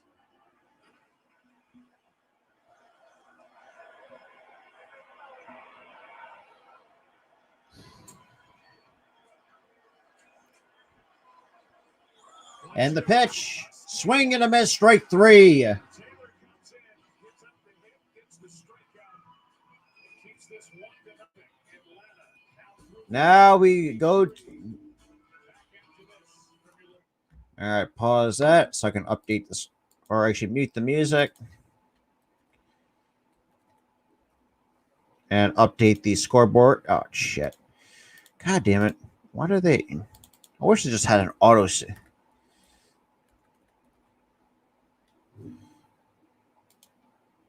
Nice. We got 3 viewers. No, now back down to 2 viewers. Okay, so now we end at the end of the fourth.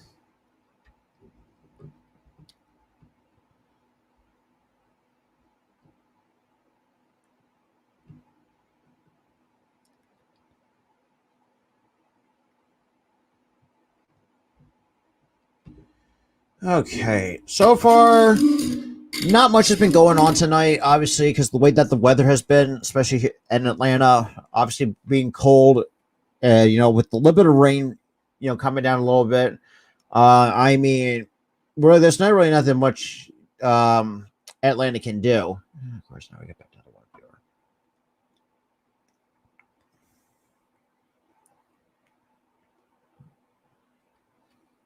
viewer. Okay.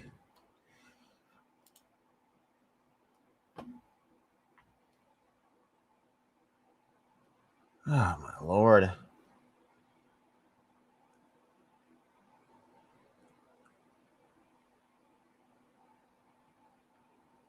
Okay, right now.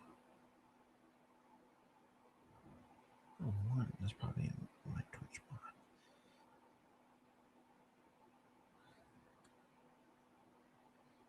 bot. Okay.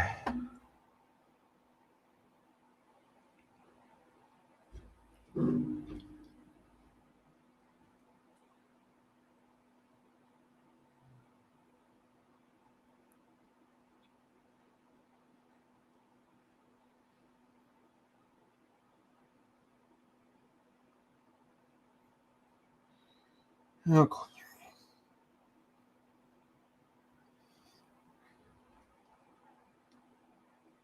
Spotlight Sports Network. All right, now looks like their show. It looks like, yeah. Hopefully, it'd be the last commercial before I can unmute the TV because I don't want no copyright crap in here. I mean,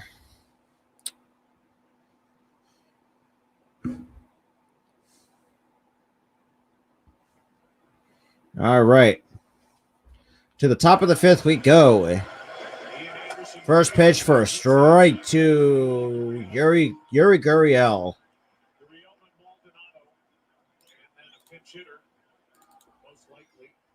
They changed it.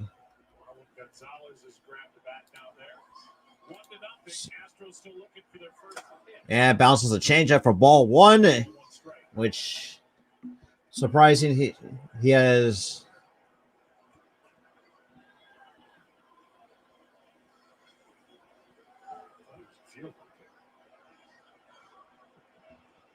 And the Woodwood pitch to Gurriel. Fly ball to the right, and Solar calls him off and makes the catch for out number one. Dude, can the internet just stop? Just stop. So far, Rays offense tonight, they're 1 for 5 with runners in scoring position with 7 men left on base. That is unacceptable. So far, Ian Anderson basically hit pretty good so far, despite having 3 walks and 3 strikeouts and 4 in the third innings pitch. And the first pitch, and he misses high with the curveball to Martin Maldonado, who is 0 for 1 tonight. And they're shifting Martin Maldonado to pull, and he bounces another and misses outside the zone for ball 2. So looks like Marwin Gonzalez is going to pinch hit for Blake Taylor.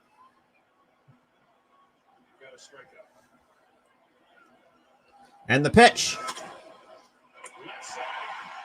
And a nice snag by Ozzie Albies to record the second out of the top of the fifth inning, which the rain's still coming down. It is still cold and damp, which is going to be hard to really, get any offense going since you're having a hard time getting the grip on the baseball, and obviously with the bat and the way that especially with how the rain has been down in Atlanta. I mean,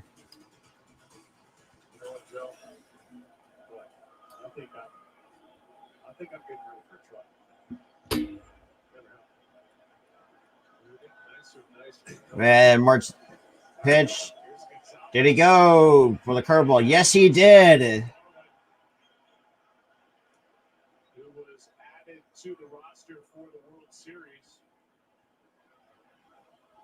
which is ironic because I think I remember he got released by the Astros, then got picked up by the Twins, then they released him, and he's so wide open feeling it's going to be in a rain. I don't think it's going to be in a rain delay, but the rain looks like it's picking up down in Atlanta, and people are. It's one of those misty rains that just kind of bothers you more than it's worth. And people are getting their ponchos on because. And the 0-1 pitch. Fouls it off for strike 2. And the Atlanta fans are on their feet for strike hopefully for the last out of the top of the 5th inning.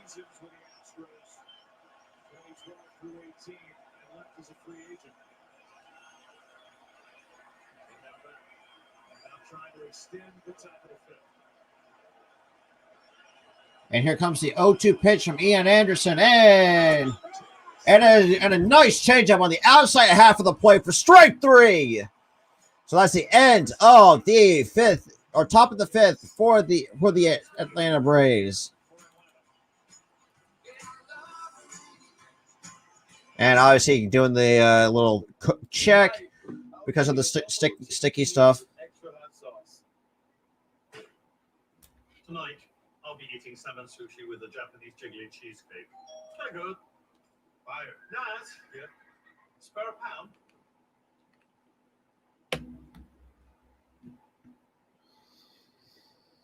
Okay, so now we're back to commercial break.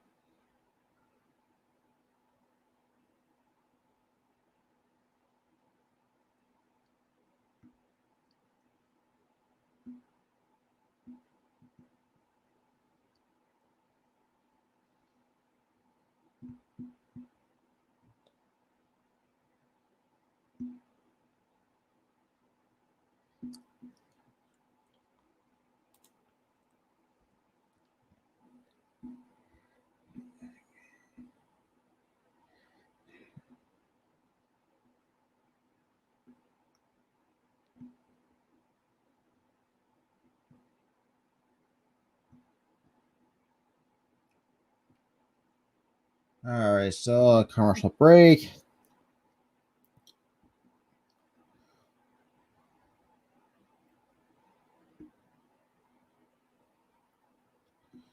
All right. Okay, then.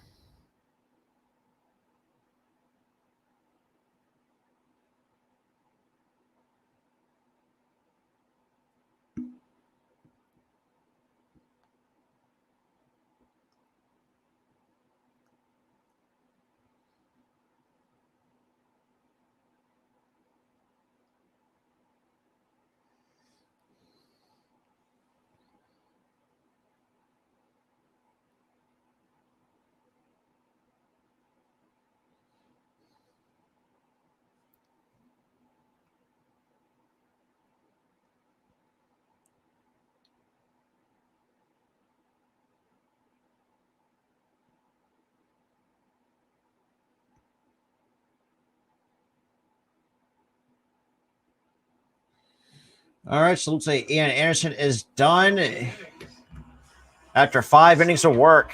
Jimmy Garcia takes over for Houston. And Ozzie Albies swings at the first pitch and grounds out to start the yeesh. So far in 7 games of the postseason, Yimi Garcia has pitched 6 innings with a 10.5 ERA with a 3.20 opposition average with an 8 strikeouts to 2 walks. So far in the World Series, 1 inning pitched with 2 strikeouts with no hits, no earned runs.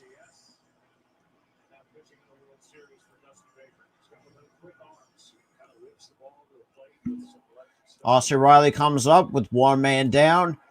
He is 1 for 2 tonight with an RBI double on the second. And the pitch. Takes a first pitch fastball right at the knees for strike one. Like I said, most of these teams have hit pretty good conditions. Dom, of course, with the Astros. This is the first one where hitters are being challenged with the field. Now they're being challenged with And the pitch. And a nice pick by Gurriel for out number 2. He's really become a good first baseman. 2 down. My Lord. Hit the grass and skidded, but it hit the dirt. And as a first baseman, should with a bigger glove.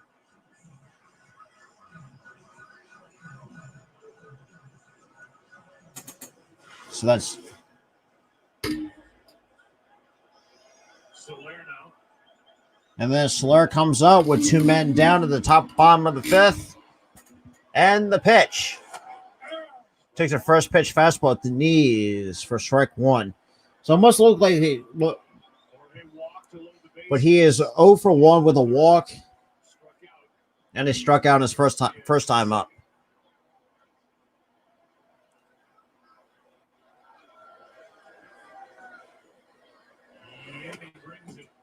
And bounces a curveball for ball 1.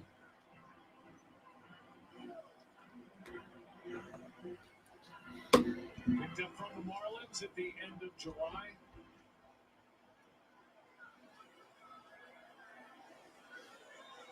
The Marlins closer. And here comes the 1-1 pitch to Jorge Soler.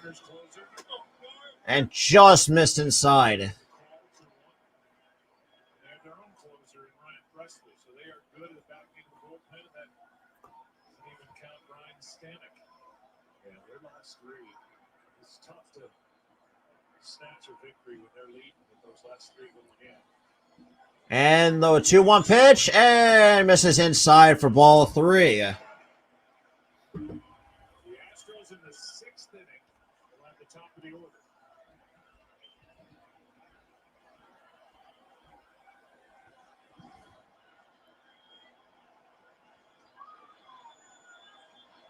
And here comes the 3-1 pitch to Jorge Soler and holds his swing and is a ball 4. And he walks for the second time tonight. And then they got their lefty. Apparently should. And AJ Minter is warming up in the bullpen for the Atlanta Braves. And that is it for Ian Anderson. So his work night is done. There are certain decisions and certain kind of strategies that are laid out before the game and usually followed. Your eyes can make some adjustments, but it's going to be tough for a lot of people to understand. Okay, Adam Duvall is now up with one man on the man on first with 2 out. And the pitch misses inside for ball 1. And just the lack of training for them to face the lineup multiple times. I'm sure Brian Snitker said, okay, you did an unbelievable job. You pitched behind the count quite a bit.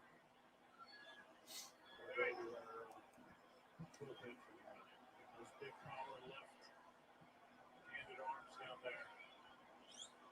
And the 1-0 pitch to Duvall swings and misses for strike 1. 1-1 strike. Let's go to Kenny Rosenthal.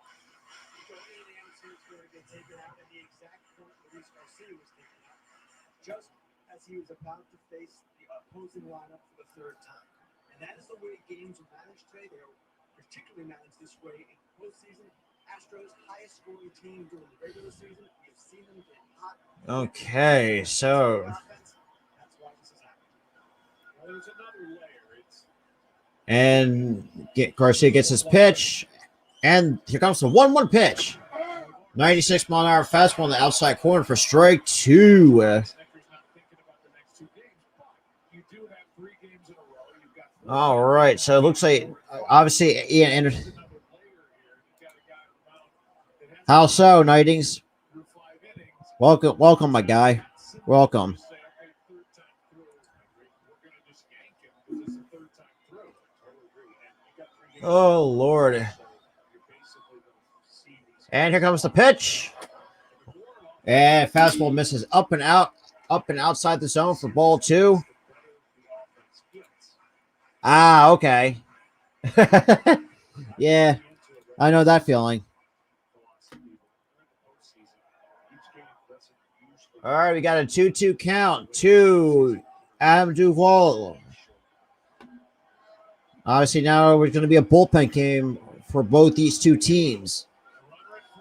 So, the 2-2 count on old Adam Duvall. And the pitch. And back up the middle, and Altuve cannot get Adam Duvall because he. Yeah, it's really there's really not that much offense that's been going today because obviously with the rain, it's cold and it's damp down in Atlanta, especially here on the East Coast. So I mean, there's really not that much offense to do. And I know this. After game 1, the Astros were in the loss, confident that they got the looks at Winter and Matzik. And in fact, Michael Brantley and Alex Bregman do up second and third next inning against Minter. They got 2 at-bats against Minter in game 1.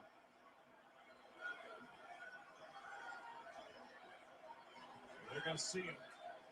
All right, we got Travis Darno, who is 1 for 2 tonight with a double, with 2 men on, 2 men out, and the pitch takes looks like a first pitch cutter or a slider for strike 1.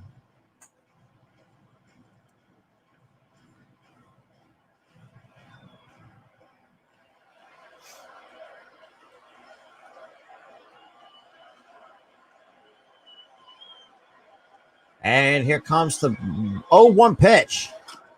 Fouls it off, which should have just left it anyway for ball 1. But that hasn't really happened since.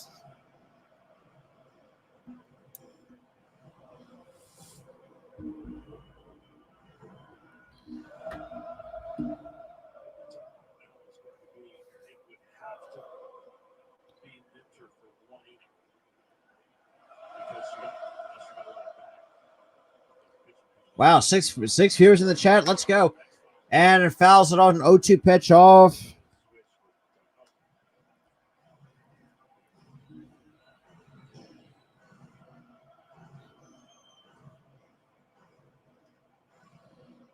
All right, so Travis Darno is trying to stay in this count.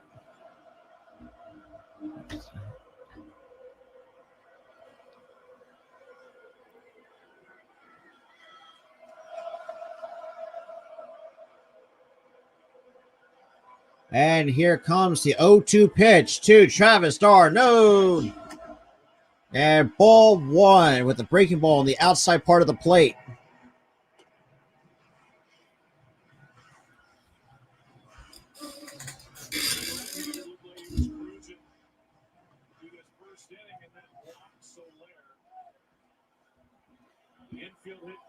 Oh, Lord. Counts now 1-2 to Travis Darno. So far, right now, in the bottom of the 5th inning, and looks like there's.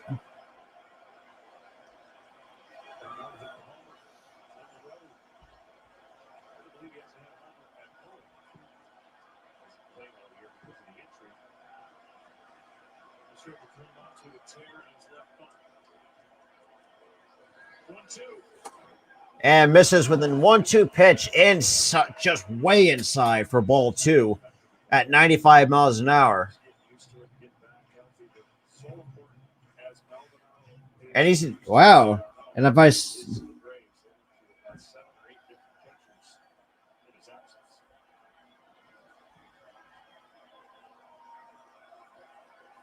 wow, 6 viewers in the chat. Let's go, guys.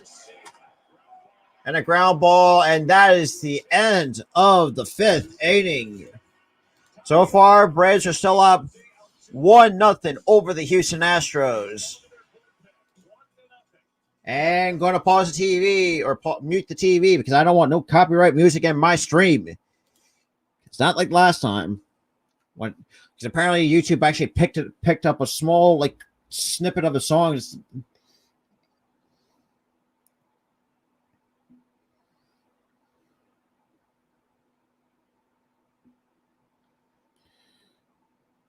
Alrighty.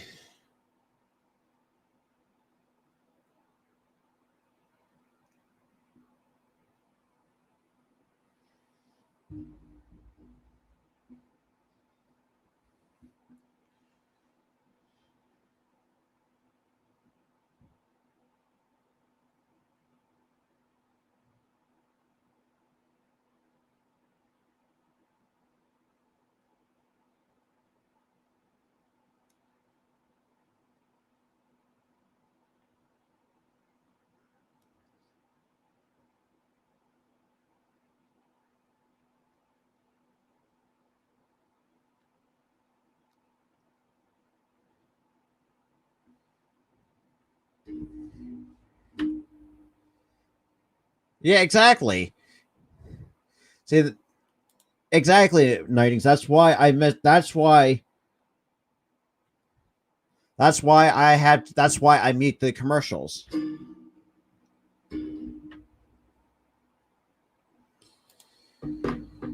Lordy, lordy, lordy. Hey, nice. If you can, try sharing the stream out if you can.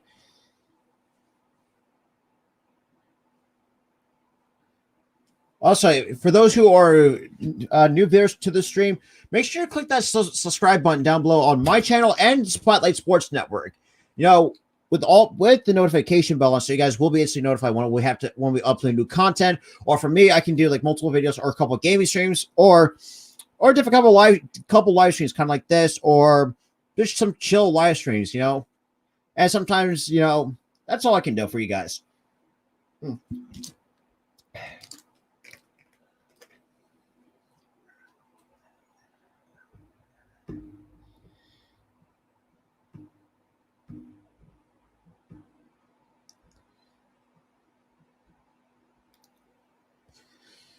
All right, time to unmute the TV. So far, this postseason, Jose Altuve has scored 17 of 20 times, reaching base, 7 of 10 hits for extra bases. 4 of those are home runs. I mean, it's just remarkable. And he's first up against the new pitcher. And then A.J. Minter is now on the mound for the Atlanta Braves in the top of the 6th inning. Let me adjust the scoreboard for you. Nope.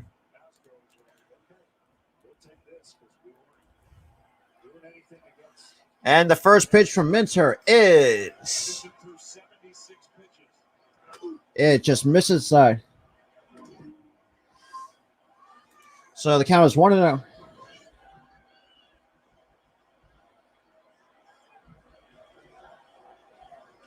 Struck out. That's the night for Altuve. Brantley and then Bregman the next 2.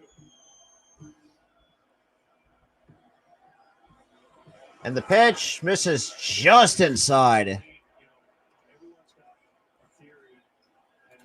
Okay, that's better. Sports today, I get it. But you're asking an awful lot of every guy to come in to be as good as the guy before. And it gets a little difficult. And the pitch. First, now the count is now 2-1 to Jose Altuve. Very nice. 5 people in the chat. Let's go.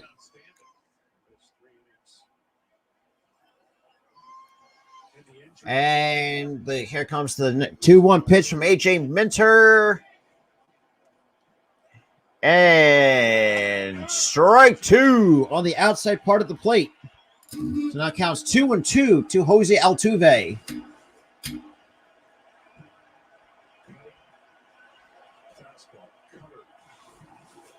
And on an 89-mile-an-hour cutter.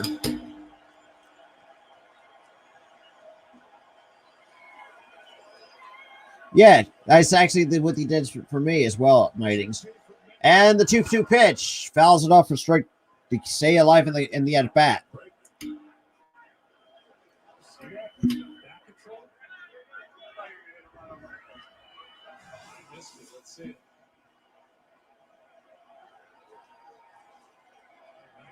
That's a slow motion.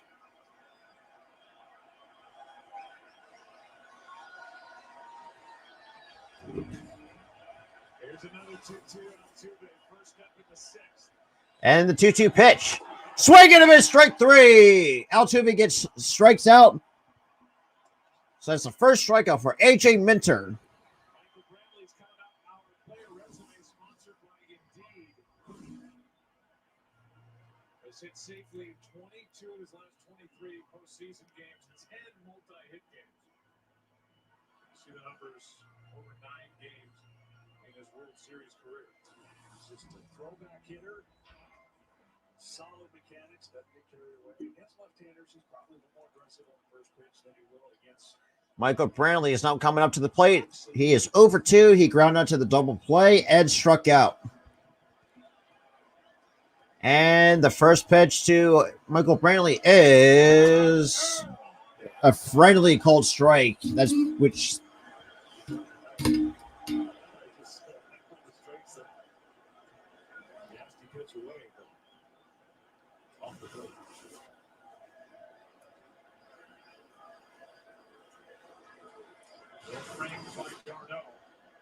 Now the count is 0-1 to Michael Brantley.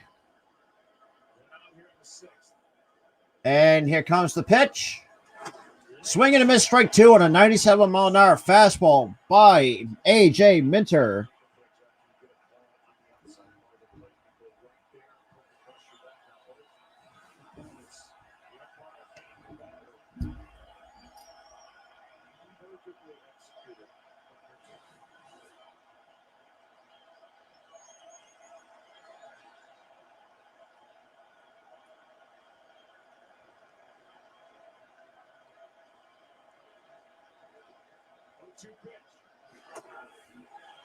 And misses out and away for ball 1.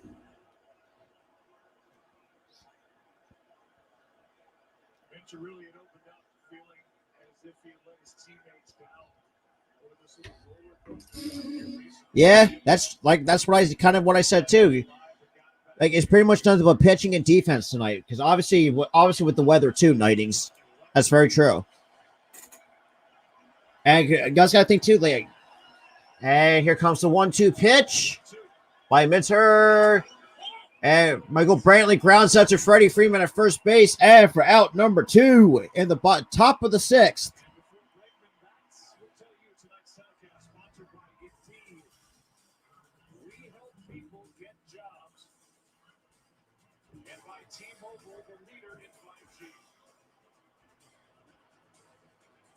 Okay.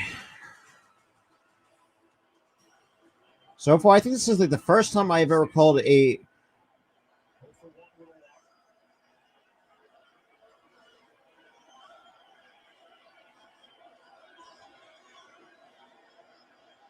And the pitch. And strike 1. So the bullpen comes in, takes over in the 6th. You got the 3 big left-handers. You got to cover 4 innings worth. 6, 7, 8, 9. Luke Jackson. The right-hander is a guy that mixes in. And the 0-1 pitch. Oh, and it hits him in the lower leg. Yikes.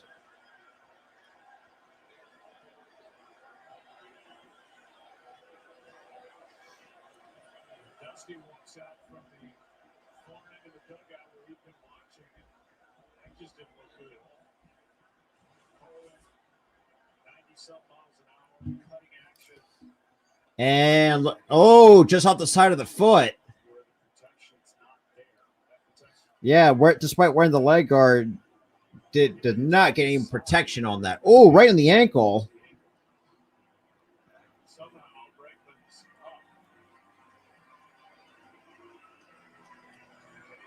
up. Ooh, yikes.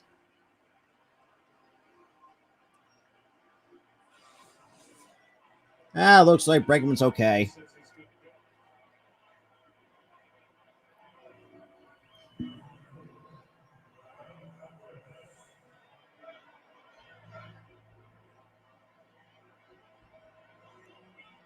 Continues with Jordan Alvarez digging in.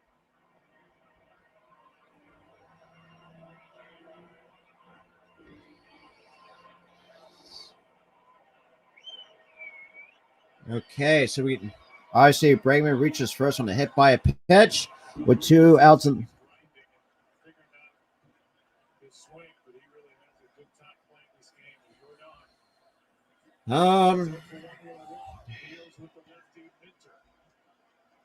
and Jordan Alvarez is up at the plate with 2 outs, top of the 6th. And Minter, Come on, AJ. You just hit me in the ankle.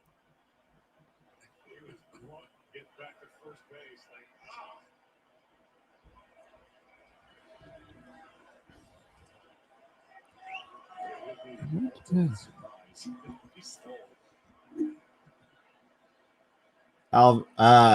Minter gets a sign. And the first pitch to Alvarez is a whoa! Yikes! How do you not call strike on that?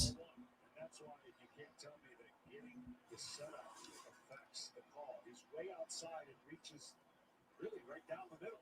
But if he's set up down the middle, it's a no-brainer. And I know they say I'm sorry, but that was right down the middle, Kenny. Sir, how do you not call that a strike? that's foul. Because if you're set up in an area and your pitchers are kind of painting on an inch on each side, you're not moving your glove, you're going to get more calls. They can talk to me all they want about pitch framing, and pitch framing is only as good as the pitcher that allows you to frame it. You're not going to frame a pitch that's a ball, make it look like a strike if it's missed badly either way. And the 1-1 pitch to Alvarez swings and a miss and fouls it tipped into Darnold's glove for strike 2.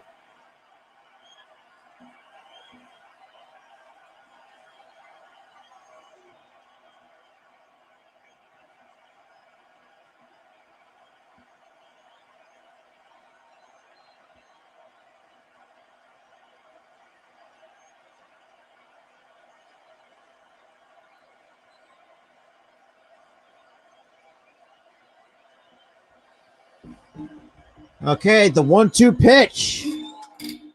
And flips it into foul territory. Riley looks out, and it's out of play.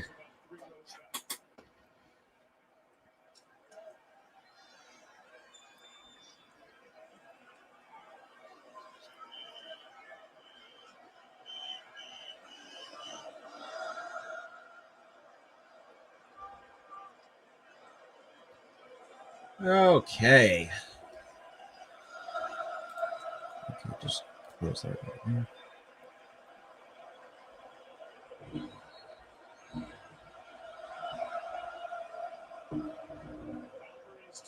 Okay. Here comes the 1-2 pitch to Jordan Alvarez. Swing and a miss, strike 3. That's the end. That's the end of the top half of the 6th inning.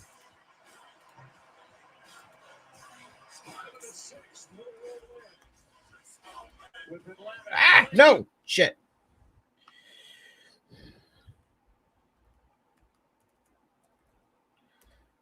Okay. All right. So now time for commercial break. So we got 4 viewers in the chat.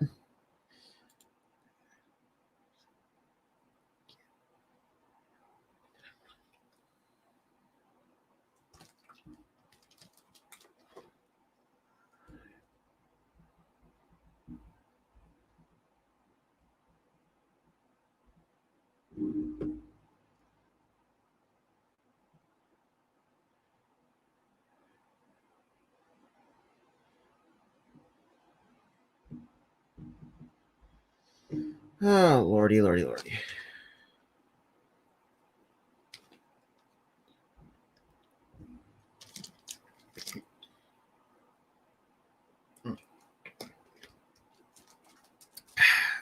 More viewers in the chat. Let's go. Nice, man. It's been a pleasure to actually see you in the chat. You know, obviously, Key, Little Gipper,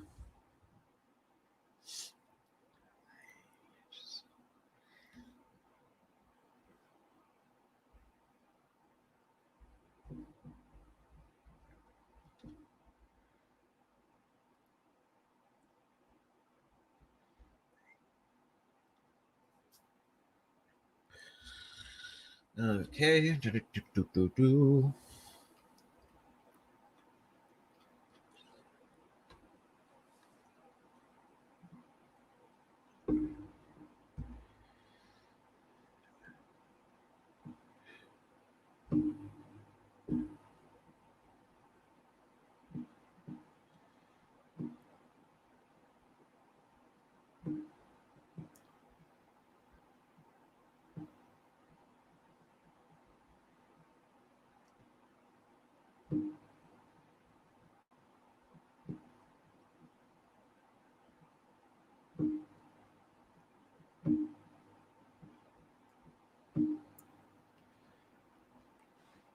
Hey, thanks a lot, man.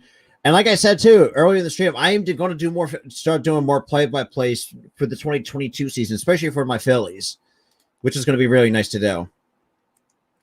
I don't care about the software update for my TV right now. I still want to get this game completed.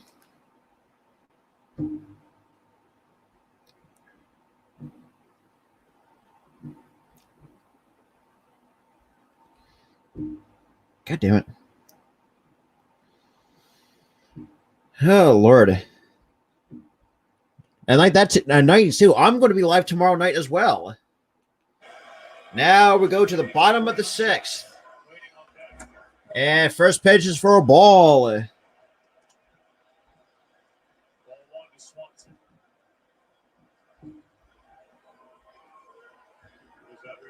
Oh, my Lord, man.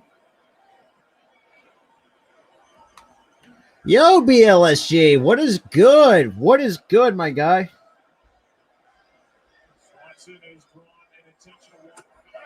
And pitch number 2 is a strike.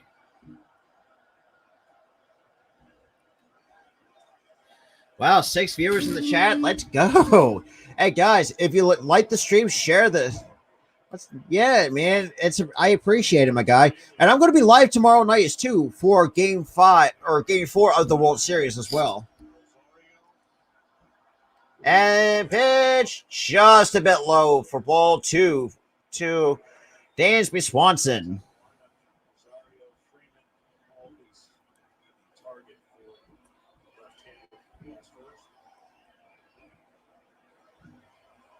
This is what I like to see in the chat. It's good. So far, we got 6 viewers in the chat. Let's go.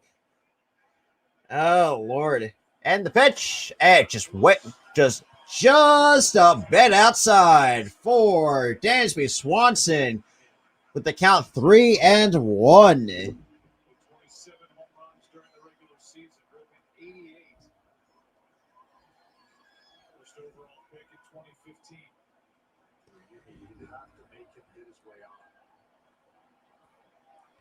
And the pitch.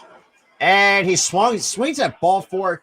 And that's going to fly out to Yordan Alvarez for out number 1. Before Adrianza comes to the plate, Geico is donating tickets to honor military members and their families at major league stadiums around the country for the Geico Seats for Service program. Tonight, we welcome Sergeant Major Sel Davis. What is going on right now? Oh, right. Yo, this is what I like to see in the chat. Hopefully tonight or tomorrow night will be a lot better than tonight, because I've been fluctuating with the viewers, some making activity in the chat, BLSG, Nightings, Little Kipper, Key, just awesome in the chat. Nope, nobody cares. Nobody cares about that picture-in-picture commercial. Can we not have any commercials? Because I am not dealing with this today. Okay. So we got R.A. Andrianza coming to pinch hit for A.J. Minster in the bottom of the 6th. And the pitch.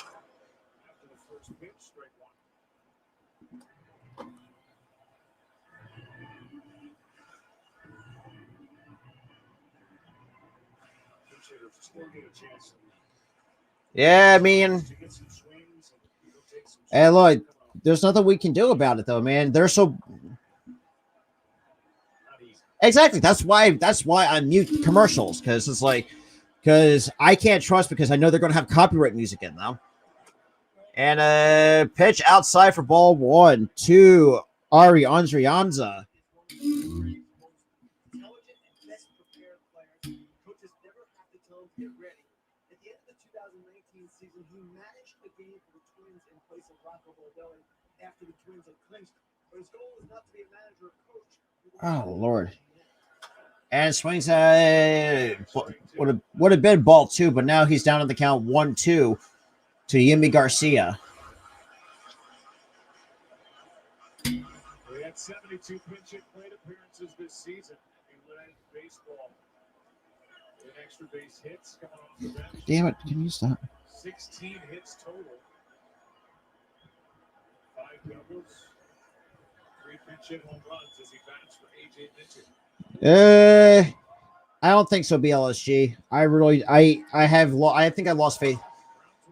And grounds out to first for out number 2.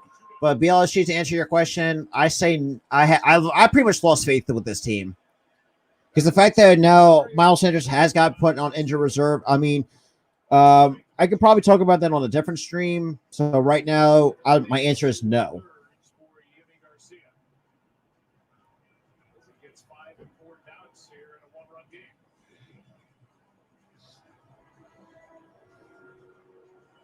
So now we got a pitching change for the Houston Astros. Time to mute the TV for commercials. Well, right now, BLSG, no.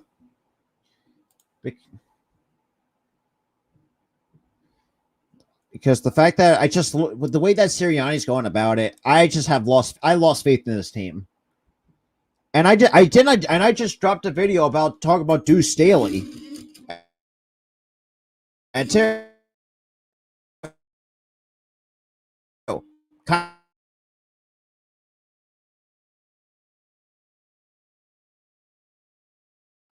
come on. Sorry about that, guys. Internet kind of cut out on me. Oh, for Pete's sake.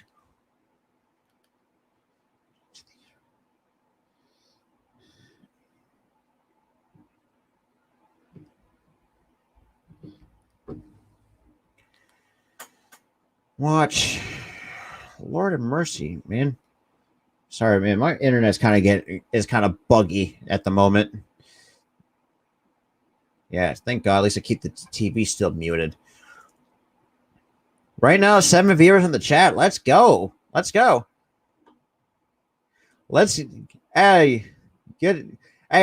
Nightings. Congrats on the 200, man. That's impressive. And look, same for me, man. I'm at 183 right now.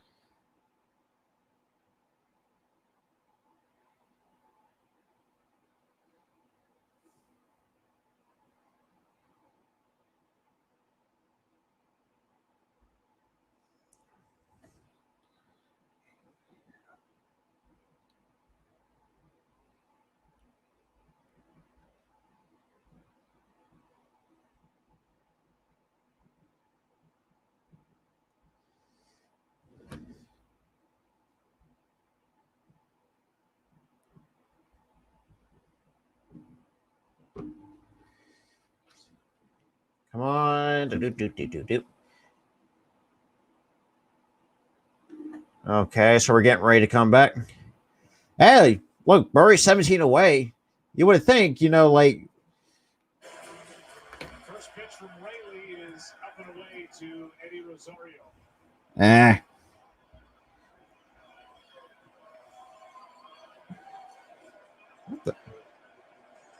And now it's 2-0 to Eddie Rosario. Perfect situation so far for Dusty has worked out. He's been able to bring in his left-handers for 2 outs. Yes, sir. Two top left-handed hitters for the Braves. And some wiggle room right now in high-stress situations. Even at 1-0. High-stress situation. And Rayleigh delivers the 2-0 pitch. And fouled up by Rosario. Rosario with a base hit the other way his last time up, walked and scored. The only run back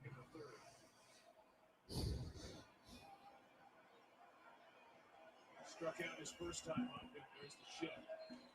And really just delivers the 2-1 pitch. And ball 3.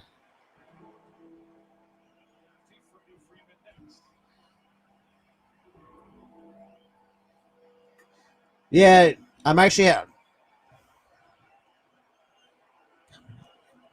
Yeah, BLSG. Yeah, because the fact that. Yeah, plus I'm also kind of. And a not good pitch at the knees.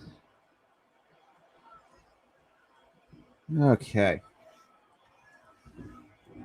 So we got 5 people in the chat. Or I'm sorry. And the 3-2 pitch to Eddie Rosario. Pitch is delivered. Eddie flicks it out, sticks the bat out, and a nice diving catch by Kyle Tucker and out in center field. That is the. Okay, pause it because I know there's going to be some copyright music coming up. And that's the end of the 6th inning.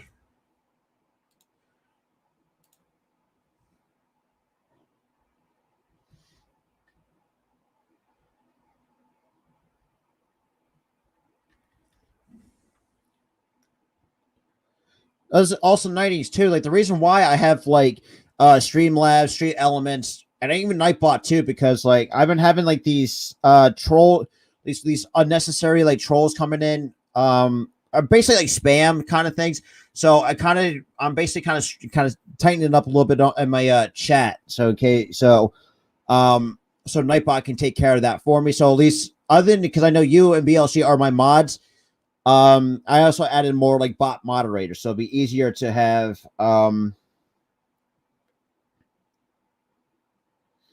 just to really help get things straightened out.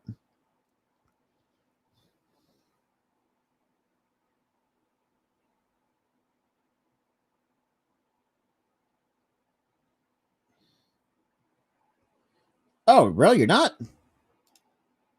Oh shit. Hang on. Hang on. Let me go to my studio real quick in a different tab. Channel dashboard. I'm gonna actually go to YouTube real quick.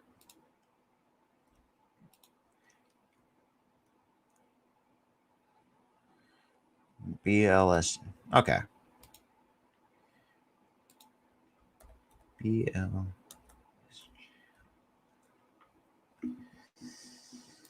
216. Not too bad though, man. Okay. Copy that.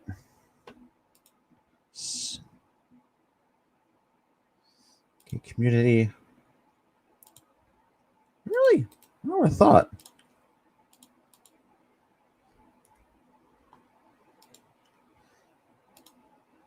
Okay, BLSG. I gave you. Yeah, BLSG. Now you got a wrench. Yes, now you're one of my moderators.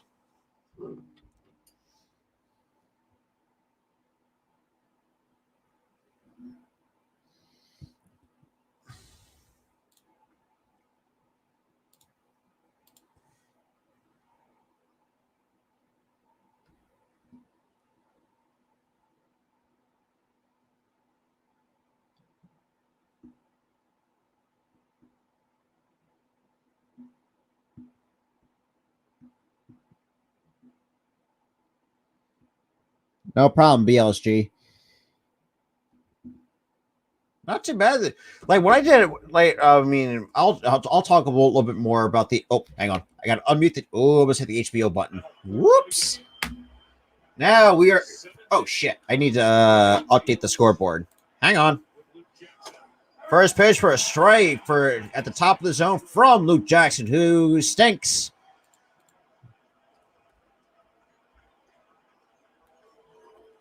Top 7. Boom.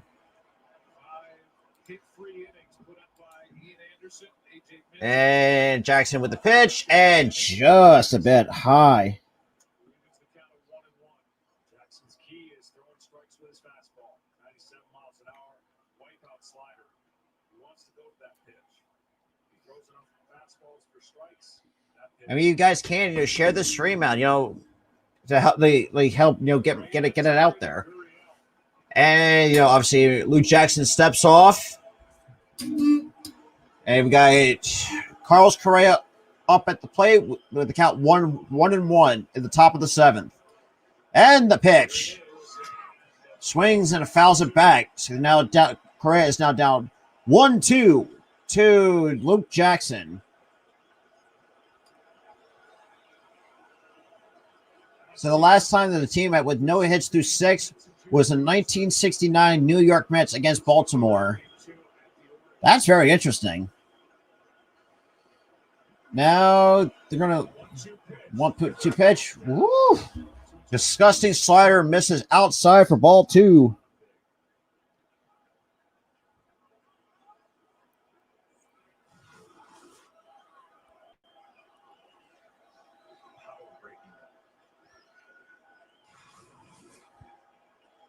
And the 2-2 pitch. And nice pick by Ozzie Albies. 1 out in the top of the 7th. Very nice, man. Statcast powered by Google Cloud as Kyle Tucker walks in. He just made that approaching center to end the 6th. Yeah, you see the distance he covers and the sprint speed. The ball looked like he's never going to get to him, but his long body stretched out. Snatched it. Only his 6th game overall at center. First time in the postseason, typically a corner outfielder. So Kyle Tucker is now coming up to the plate tonight. 0 for 2, a foul out, and a ground out so far in his first 2 at bats. And Jackson skips a slider for ball 1 at 91 miles an hour. Tucker was up with 2 on and 2 out his last time up. Bounced out back to the pitcher, Anderson. Popped out his first time. He's facing one tall right. And the pitch, swing and a miss on the slider in the dirt again. Count is 1-1 to Kyle Tucker.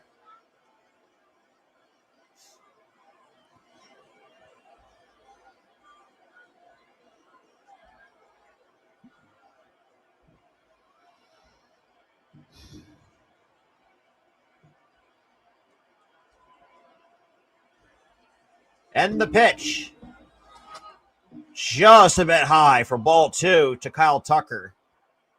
This is an Astros lineup that's been shut down tonight. They've got 5 runs or more in 10 postseason games this year. There's a group hitting 276 this postseason, but nothing yet. 2-1 pitch. And the pitch.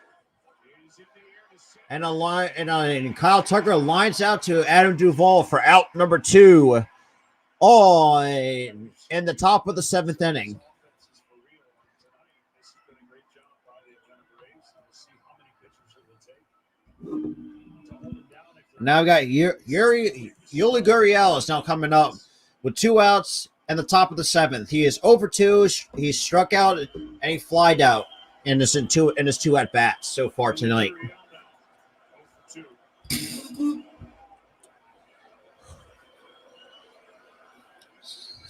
And the pitch.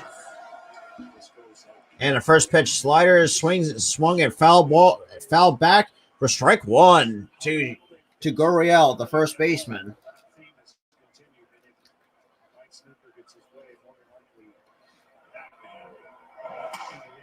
And Tyler Maxey is now warming up in the Braves bullpen. So,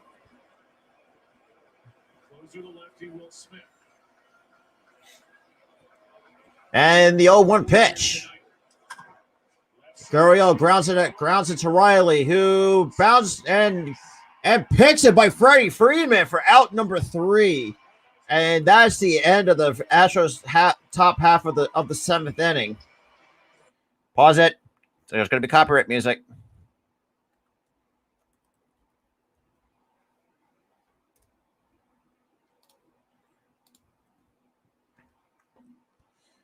Might as well actually. Let's go block. Makes it easier that way.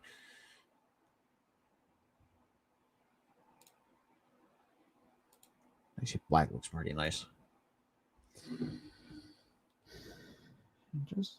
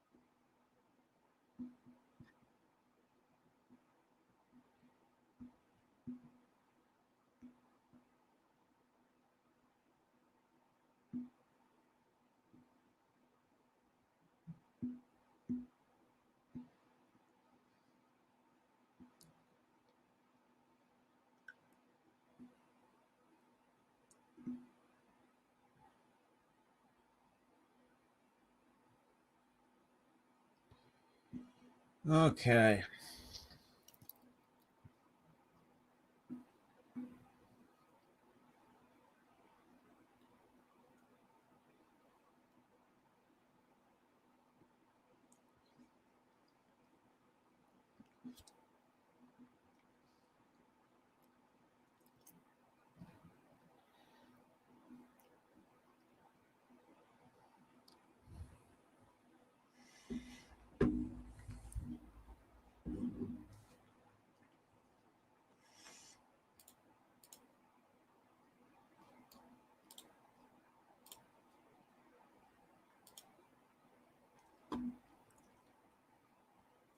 So got 4 viewers in the chat. Let's go. Like what I see.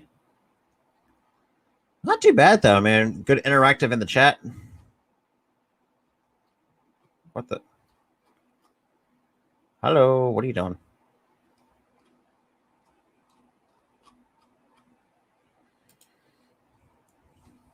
Hang on, I gotta see something quick. Oh, lordy, lordy, lordy.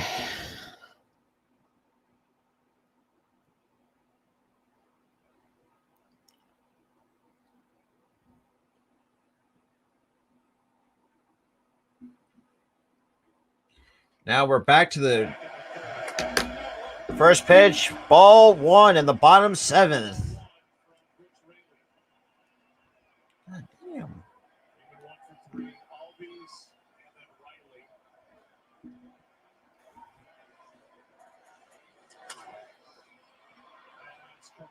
And Freddie Freeman grounds out to Correa for out number 1 in the bottom of the 7th.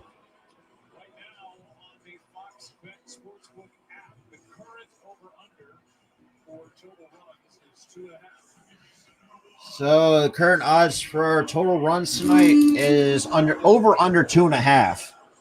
Okay, I don't know about that.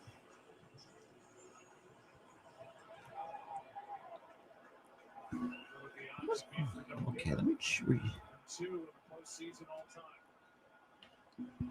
And the first pitch to Albies is swing and a miss on a breaking ball in the dirt.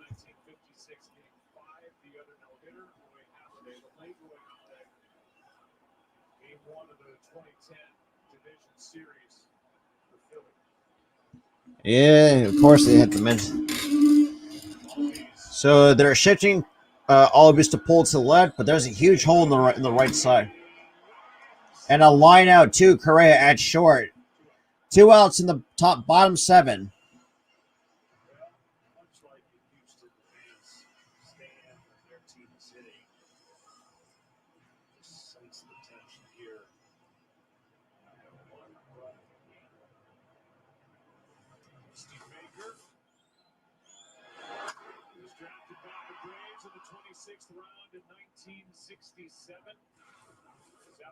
And now we're getting a pitching change for the Houston Astros.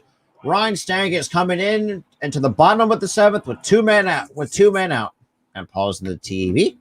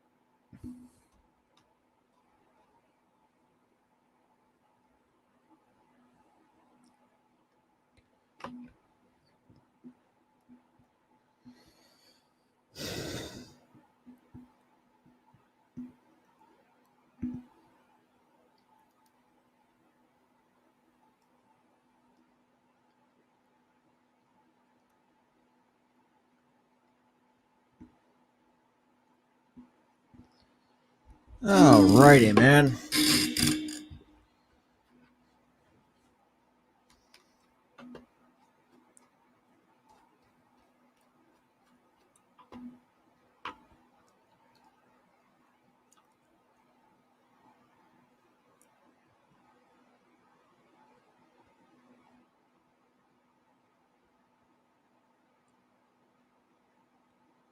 Nice. 5 viewers in the chat. Let's go.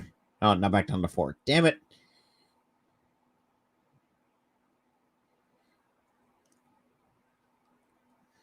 All right. Whenever. So. Okay. No, of course. Can we just.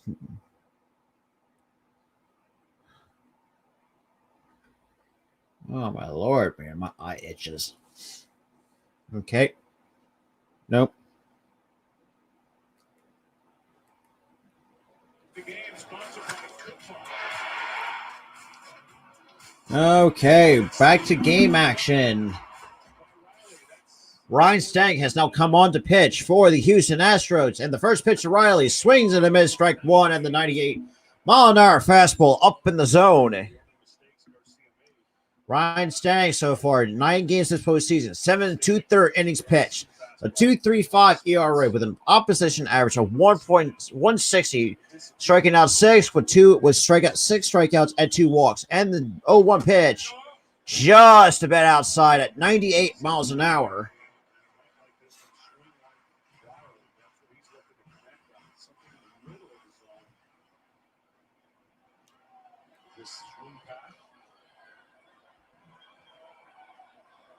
And here comes the 1-1 pitch.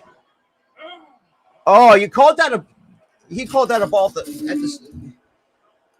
for ball 1. And then he's just a bit outside. But man, that is. 1-2. Now the count's 1-2 to Austin Riley. And the pitch. Swing and a miss, strike 3. That is the end of the 7th inning. Takes care of Riley. And then we got Tyler Matze is coming in to pitch the top of the 8th. Tyler, that's it. All right.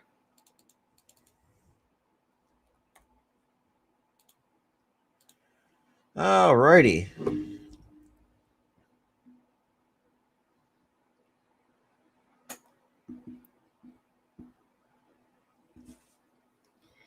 So how are we doing so far?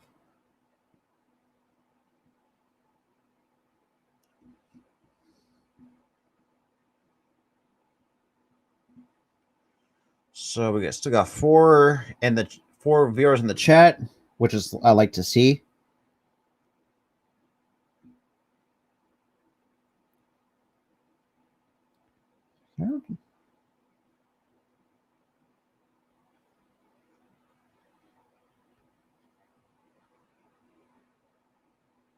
What the? Oh, okay, yeah, okay. Can I just I'm trying to figure?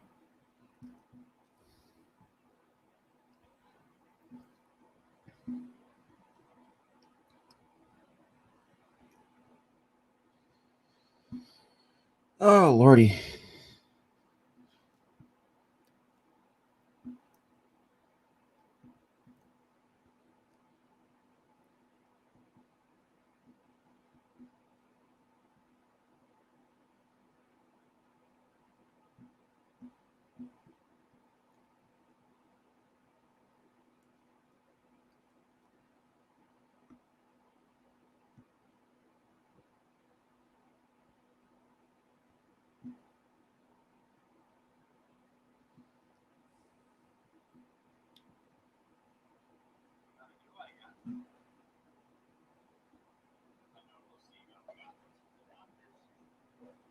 Oh, it's good.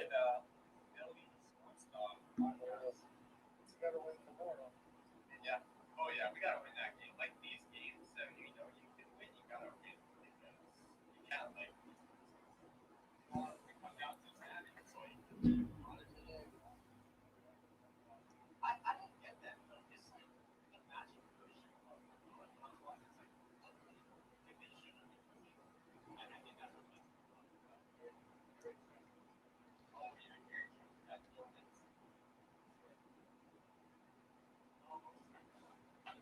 Okay. but you're up by like at one point how much were we up by? Oh, like that's the thing that's So now to the top of the eighth we go. Tyler Matzik, fourth pitcher of the night for And Tyler Maxey is taking the mound, and first pitch is inside for a ball. a 1-0 ball game here in the eighth. The series tied in a game apiece. Ledmus Diaz off the bench to pitch. So Ledmus Diaz has now come off the bench for the for the Houston Astros to pinch hit, and the 1-0 pitch. Foul back, strike one. Matzik has been magic for the Atlanta Braves and that electric arm. He's one of the biggest reasons they're here. We're hoping that he continues. From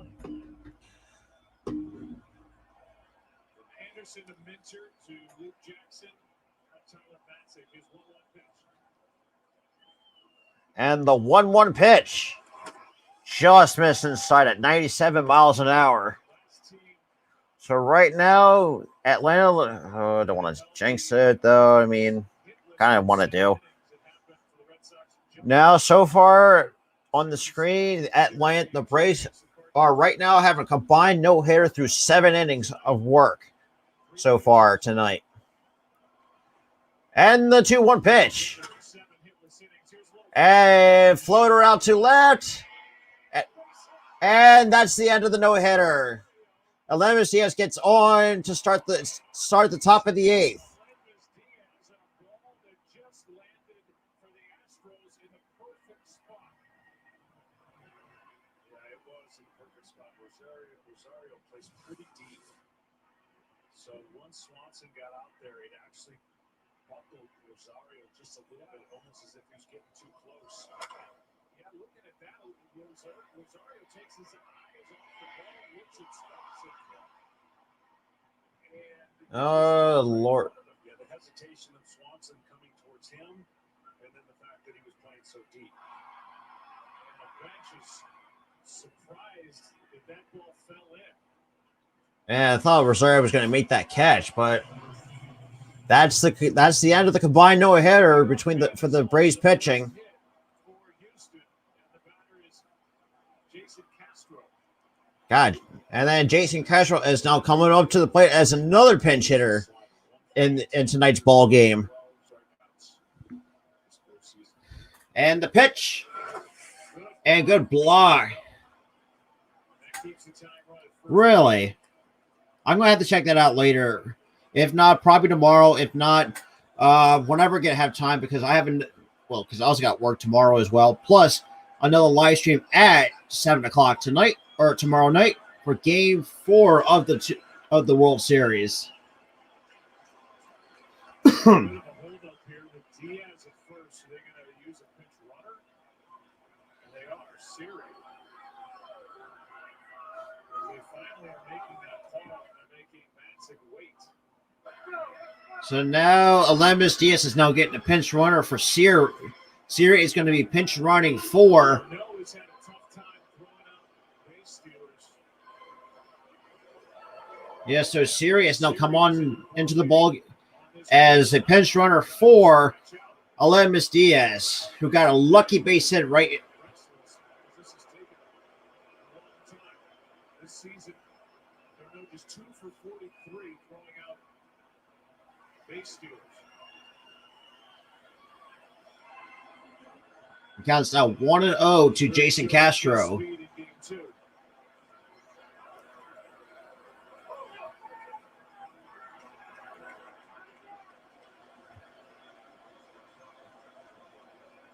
And he throws over to check on Siri.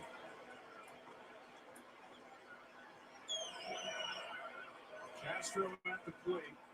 And he has a home run this postseason that came in the ALCS game 2 off a lefty.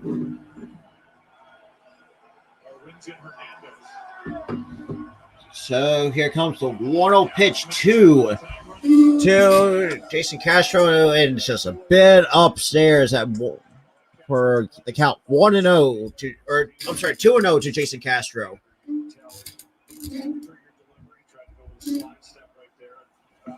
And then you got Jose Altuve on deck to turn the lineup over towards the top.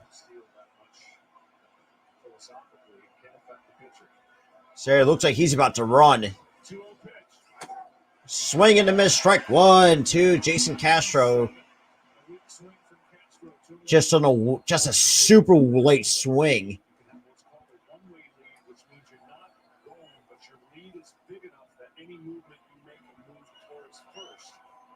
Secondary lead is when you're trying to get out there to steal and you time it where you want to be going towards second base as he goes for home.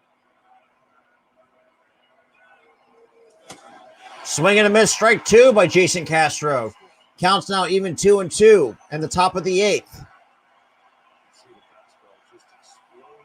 Just a 97-mile-an-hour fastball right above under the hands.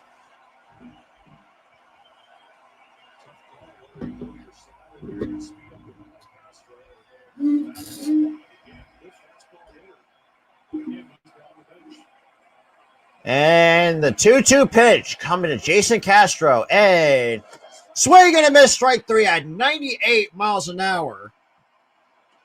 So now we turn to Jose Al. Now it's back to the top of the lineup for the Houston Astros.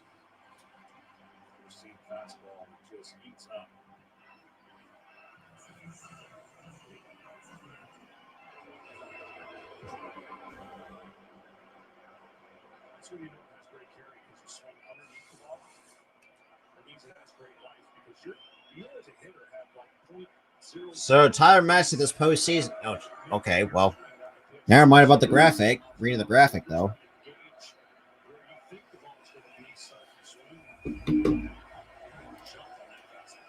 Yo, what is? Alrighty. Now the first pitch to Jose Altuve is a foul ball. Strike 1.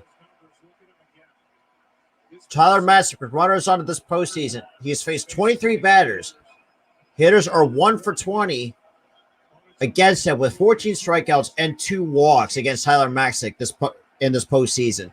He has stranded all 5 inherited runners in the games that he's come in. Just absolute insanity. And the 0-1 pitch going to Jose Altuve is and a pop-up in foul territory. Who's got it? Alistair Riley calls up Darno for out number 2 and the top of the 8th inning.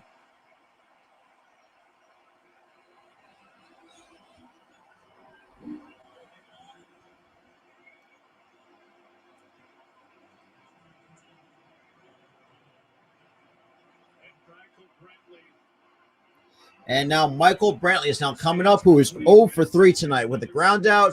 He has struck out, and now he is grounded out tonight.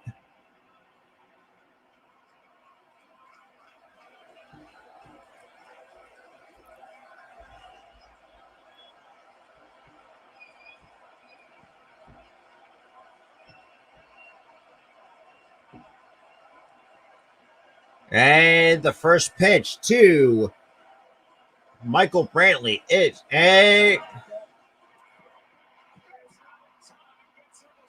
Siri goes steals second, and he goes to third, and he holds up at third base with 2 outs.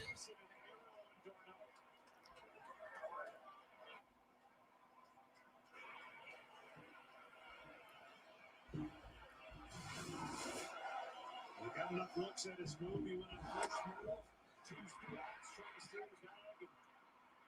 I think Swanson will tell you he probably could have come up with that and skipped. See the skip on the grass with it being dewy. So now So another steal against Darnell. Siri looking back in. Good throw by Mahata. But it bounced in, and now over at third is Jose Siri for Brantley. And a hit ties it. 1-0 pitch. the 1-0 pitch, swing and a miss at 99. So far in this postseason, Brantley is 6 for 12 with a double and has driven in 9 RBIs. Now some pressure on Darnell, and that's it with the slider.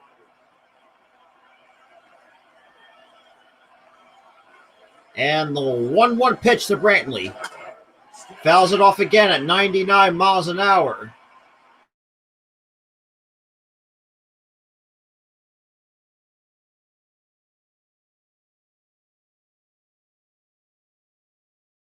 Lordy. Sorry about that, guys. My computer and the internet is cut out. The count is now one ball, 2 strikes to Michael Brantley. I need to open this door, man. And the pitch.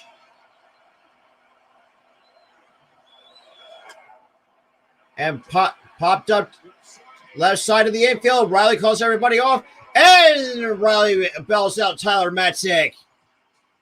So that is the end of the Astros half of the 8th inning. God damn it. Okay.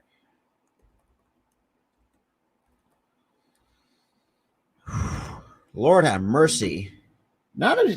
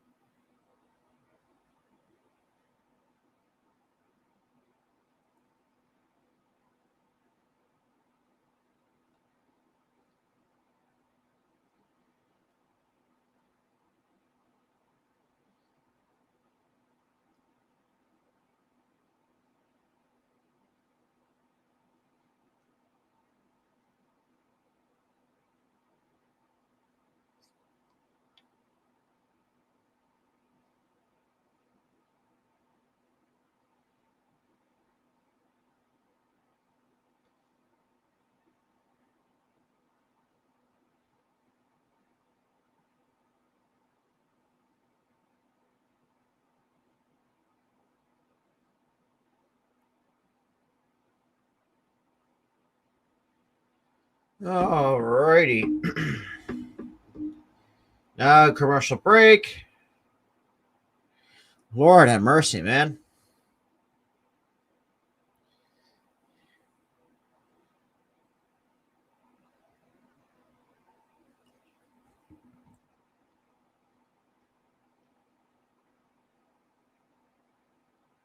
So still holding 4 viewers in the chat.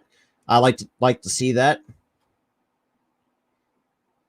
No, not yet, Key. I live for moments like this. I enjoy calling. Obviously this is going to be my second baseball game that I've called.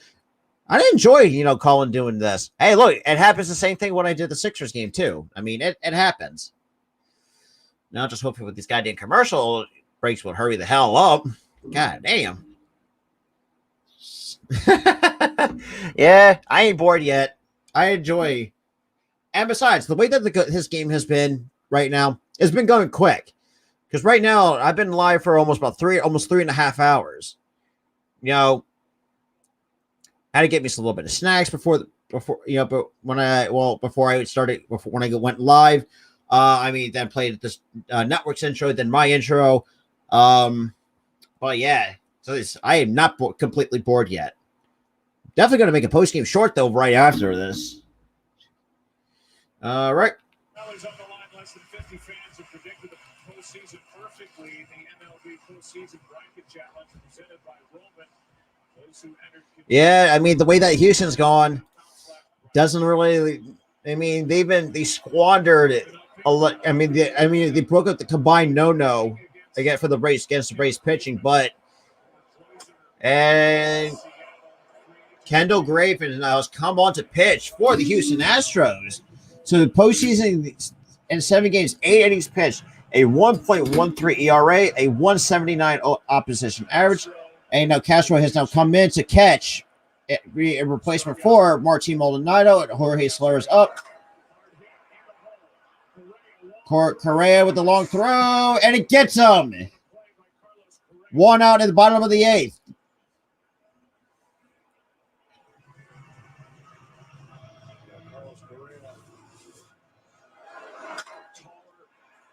Shortstop still able to go get the ball. He's got a great arm, and of course the ball being wet.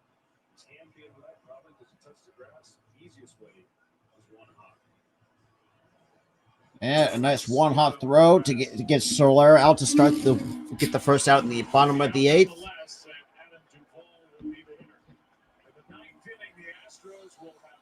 Oh Lordy! And then Adam Duvall comes up. He is 1 for 3 tonight. Ooh, God. Kendall Graveman was going in cheddar at 97, like on the outer half of the plate.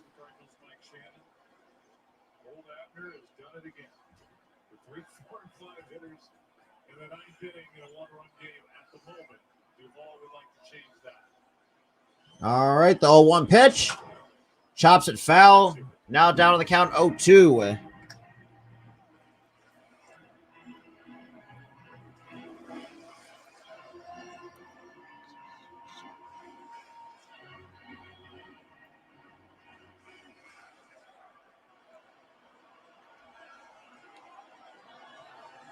Rain is stopped again, chilly night, less than 50 degrees. All right, now here comes the 0-2 pitch by Kendall Graveman. Picks up and deals, and swing and a miss, strike 3. That is 2 outs in the bottom of the 8th inning for the Atlanta Braves. No, fuck off. Stupid commercials. I hate the commercials, picture-in-picture commercials. Now they got their left-handed closer up in the bullpen, warming up to go into the top of the 9th.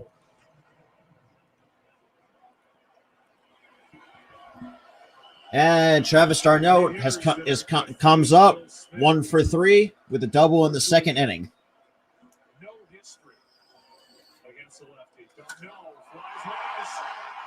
That ball's well hit, and it is gone! 2-0 Atlanta Braves in the bottom of the 8th.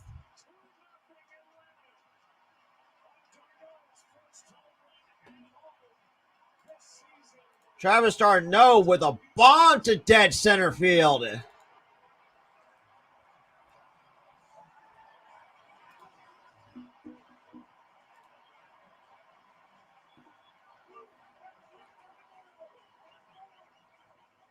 So 6 pitches in, and Atlanta's now up 2-0 over the Atlanta Braves.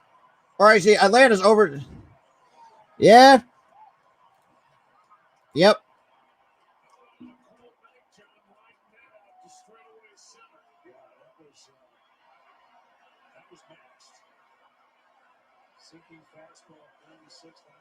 Now Dansby Swanson up.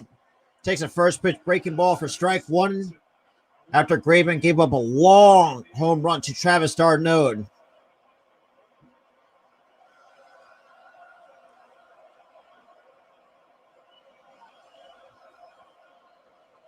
And the pitch outside for ball 1 to Dansby Swanson.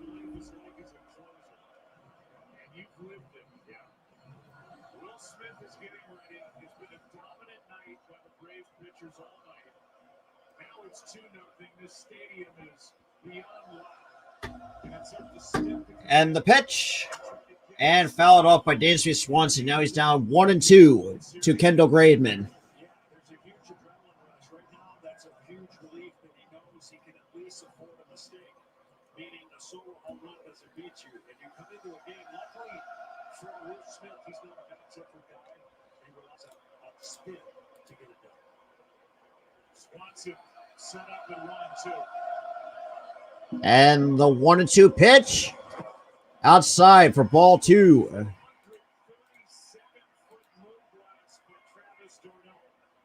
FTX will be making $100,000 donation to charity.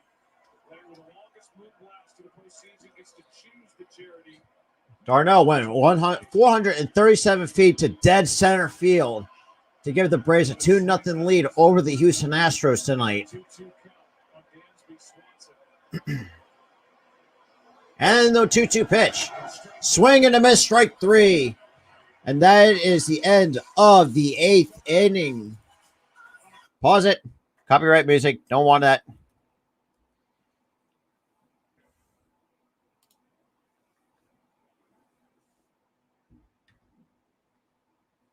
So you got Bregman, Alvarez, and Correa due up for the Houston Astros.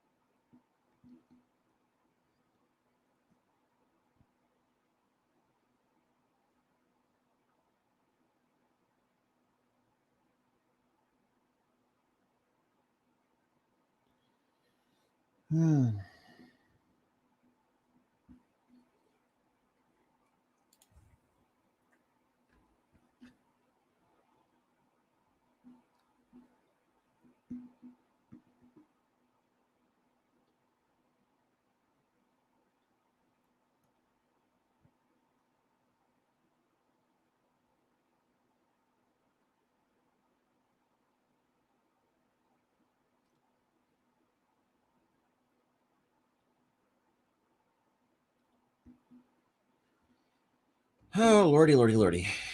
Okay. So on commercial break. Yeah, probably gonna do a post-game short, and then want to get done work tomorrow. Probably gonna make a quick video about it. Actually, might make something different. Yeah, I mean, stay tuned for that.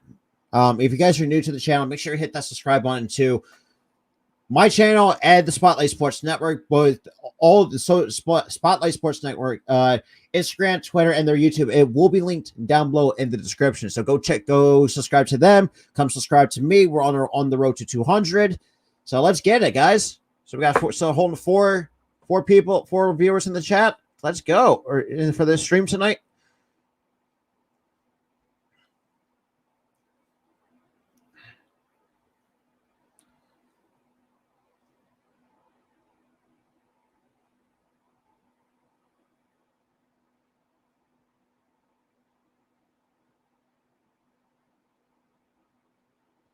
All righty, man.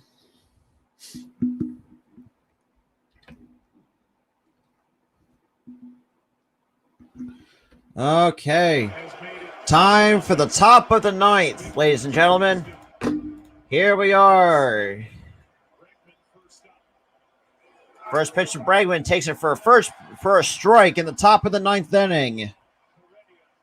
So Heredia comes into play center field for the Braves. So it looks like Duvall's night is done. So Alex Bregman is now 0 for 1 with the walk and a hit by a pitch. And the 0-1 pitch. Takes it for ball one on the inner half of the plate. Correa the next two.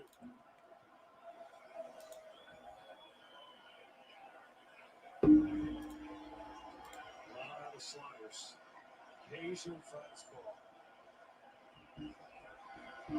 And the pitch. Outside for ball two. 4 for 4 in save chances this postseason for Will Smith. 37 for 43 during the regular season, 86%. And the 2-1 pitch. Misses for ball three. So good eye by Alex Bregman.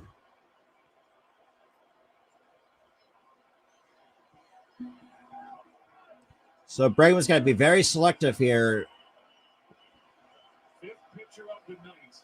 First 4 have been outstanding.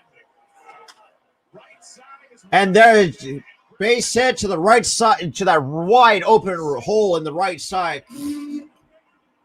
So we got Houston's got Alex Bregman finally gets a hit to the right side. about the relievers. And every time Maxey comes into the ballgame in October these days, he's just lights out. Now, my honest opinion, I think I'm going to see. Try to see when his contract's up, because if that's the case, Exciting the fans in the battery. Time run at the plate, and it's Jordan Alvarez. 10 for 25 off lefties this postseason. Jordan Alvarez swings at the first pitch, and Riley falls it under, and that's out number one. And the top, out number one at the top of the ninth. Hitters do that on a regular basis. But we've already seen So looks like Tyler Maxick is a free agent at the end of this year, unfortunately. So he's got 2 years of arbitration, and he'll be an unrestricted free agent in 2025. So, as much as I hate to say it, I mean, with 14 runs if I were the Phillies and Dave Dombrowski, I would be looking at this guy the second most in a single postseason with more to help with that bullpen, in my honest opinion. And the first pitch to Correa fouls it off for strike one. Man, getting five. We got 5 people watching this in the stream right now. Let's go. Yo, welcome. Welcome. I know you guys are catching the latter half of it. So right now we are in the top of the ninth with one man on, 1 out, and the count is 0-1-2. Carlos Correa.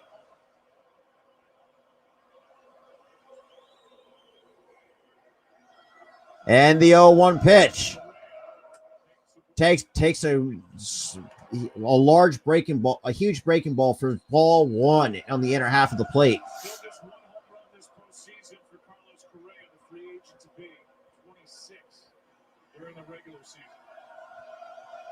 Will Smith makes good sliders down, and it would be harder for him to do that. And the 1-1 pitch to Correa lays off the slider for ball 2 in the dirt. 2-1. What does it look like a curveball more than anything else, the way that it moves. So Carlos Correa is now up in the count, 2 balls, 1 strike against Will Smith in the top of the ninth with 1 man on, which is Alex Bregman at first base. And the pitch. And that's out number 2 for Houston. And Correa just missed that hanging breaking ball. So that's 2 outs in the top of the ninth inning. And now Kyle Tucker approaches the plate with 2 outs at the top of the ninth inning.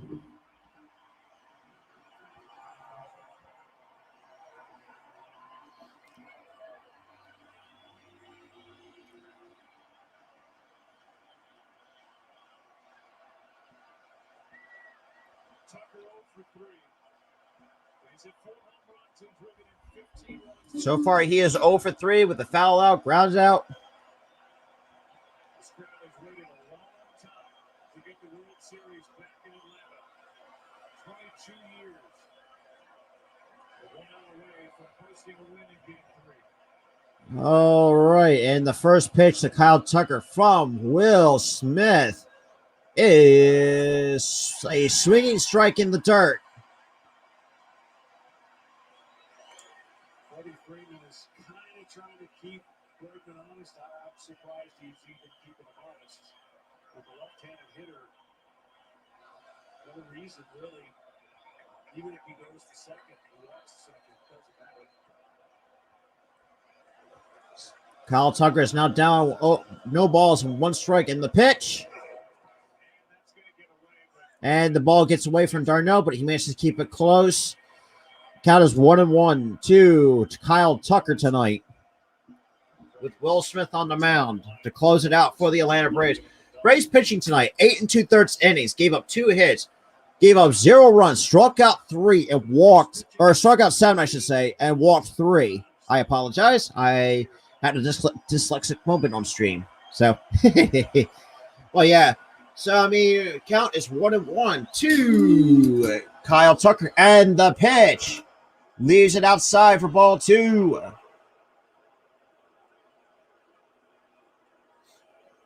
balls and a strike.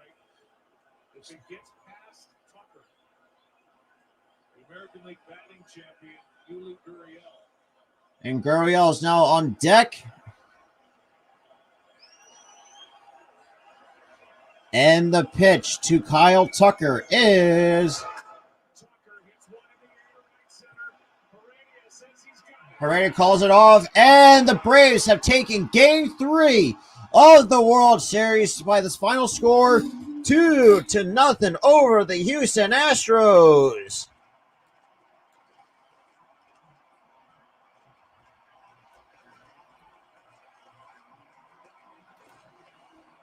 That is ball game, ladies and gentlemen. So the Atlanta Braves are up 2-1 over the Houston Astros. So Anderson gets the win, Garcia gets the loss, and the save belongs to Will Smith, his 5th in the postseason. So far, Braves on 2 runs, 6 hits, 1 error. Astros 0 hits, 0 runs, 2 hits, and no errors. So Atlanta is back home tomorrow night. I mean, despite the weather. I mean, that was a good pitching game. I will give it that for both teams. The fact of the matter is, obviously Atlanta is now up 2-1 over the Atlanta Braves. Why do I keep saying Atlanta? God, what are they playing with themselves? My Lord. I mean, over the Houston Astros. Obviously, I mean, the Braves have some good bullpen pieces that they rely on, especially tonight. Tyler Maxick, for some odd reason, probably one of their clutch relievers that we have. Luke Jackson was pretty good tonight.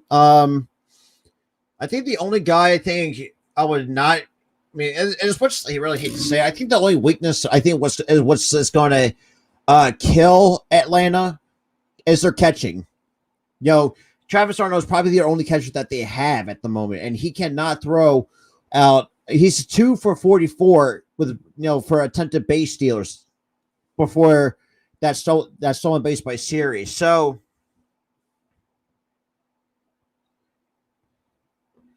And look, Little Gipper, I just kind of, I cannot wait, my guy. Exactly, man. And look, I hate the Braves and I hate the Astros. That I'll hold my hands up to that. But the thing is about it is just like, I'm just doing this as a baseball fan and just calling these games because it's like, that's the one thing. Yeah, got the win in Game 1. Listen to you all. No Game 2 feed, but back for Game 3. I'll be back tomorrow. Yeah, preach, my guy. If you are new, Little Giver, I know you joined the membership for the Spotlight Sports Network, but if you're also new to my channel, I'm also doing live play-by-plays for the Phillies in 2020 for the 2022 season on my channel. So if you're new to that, you can click the subscribe button on my channel as well. I mean, I got some decent content on the channel there. I mean, got some I mean, obviously, this could be my fourth live stream. Hopefully, it reached over triple digits in views. But overall, I think I had fun with this tonight. But without out of the way, guys, this was a great pitching duel for the Atlanta Braves. And it's called Philly Sports Talk Podcast. You can see it right on top of my overlay. Because John kind of, it's like you see it like it's right up here. It's like right on top of my overlay, and you can check it down here on the overlay as well. Oh Lord. But obviously Atlanta is up 2-1 over the Astros. I'll be back on for you guys in game 4 at 7:00. But yeah, Little Gipper, 90s, Key in the building, BLSG. Yeah, thank you guys for stopping by and being pretty good active in the chat basically. Yeah. Hello, Gipper. I'm actually going to type my channel name. I wonder if I can do this. Hang on. I'm actually going to put my channel link in the chat. Little Gipper.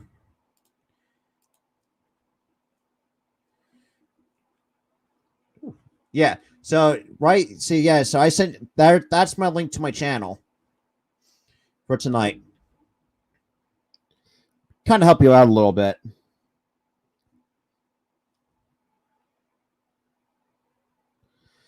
But yeah, guys, with that out of the way.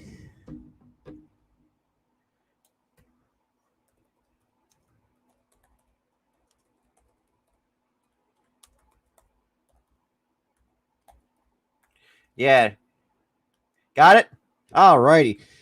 Thank you, man. I mean, like you said, I'll be back. Like I said, I'll be back here tomorrow night. If you guys are like new to the channel, like Little Gipper, click that subscribe button to my channel and to Spotlight Sports Network. Also, you can also check out my merch too. It's until October 31st. It's for free shipping on all merch, so do not miss out. Like I mentioned in my video. I'll see you, Little Gipper. Well, yeah, guys, with that out of the way, hey, you too, Little Gipper. I really appreciate it, my guy. So, guys, with that out of the way, it is time with that out of the way, I should say, I'm sorry, I'm kind of losing my train of thought here. But this is Robert from the Philly Sports Talk Podcast, coming from you live on my channel, on the Spotlight Sports Network. Guys, I will be back tomorrow night at 7:00 Eastern Standard Time. So I cannot wait to see everybody there. So peace out, guys.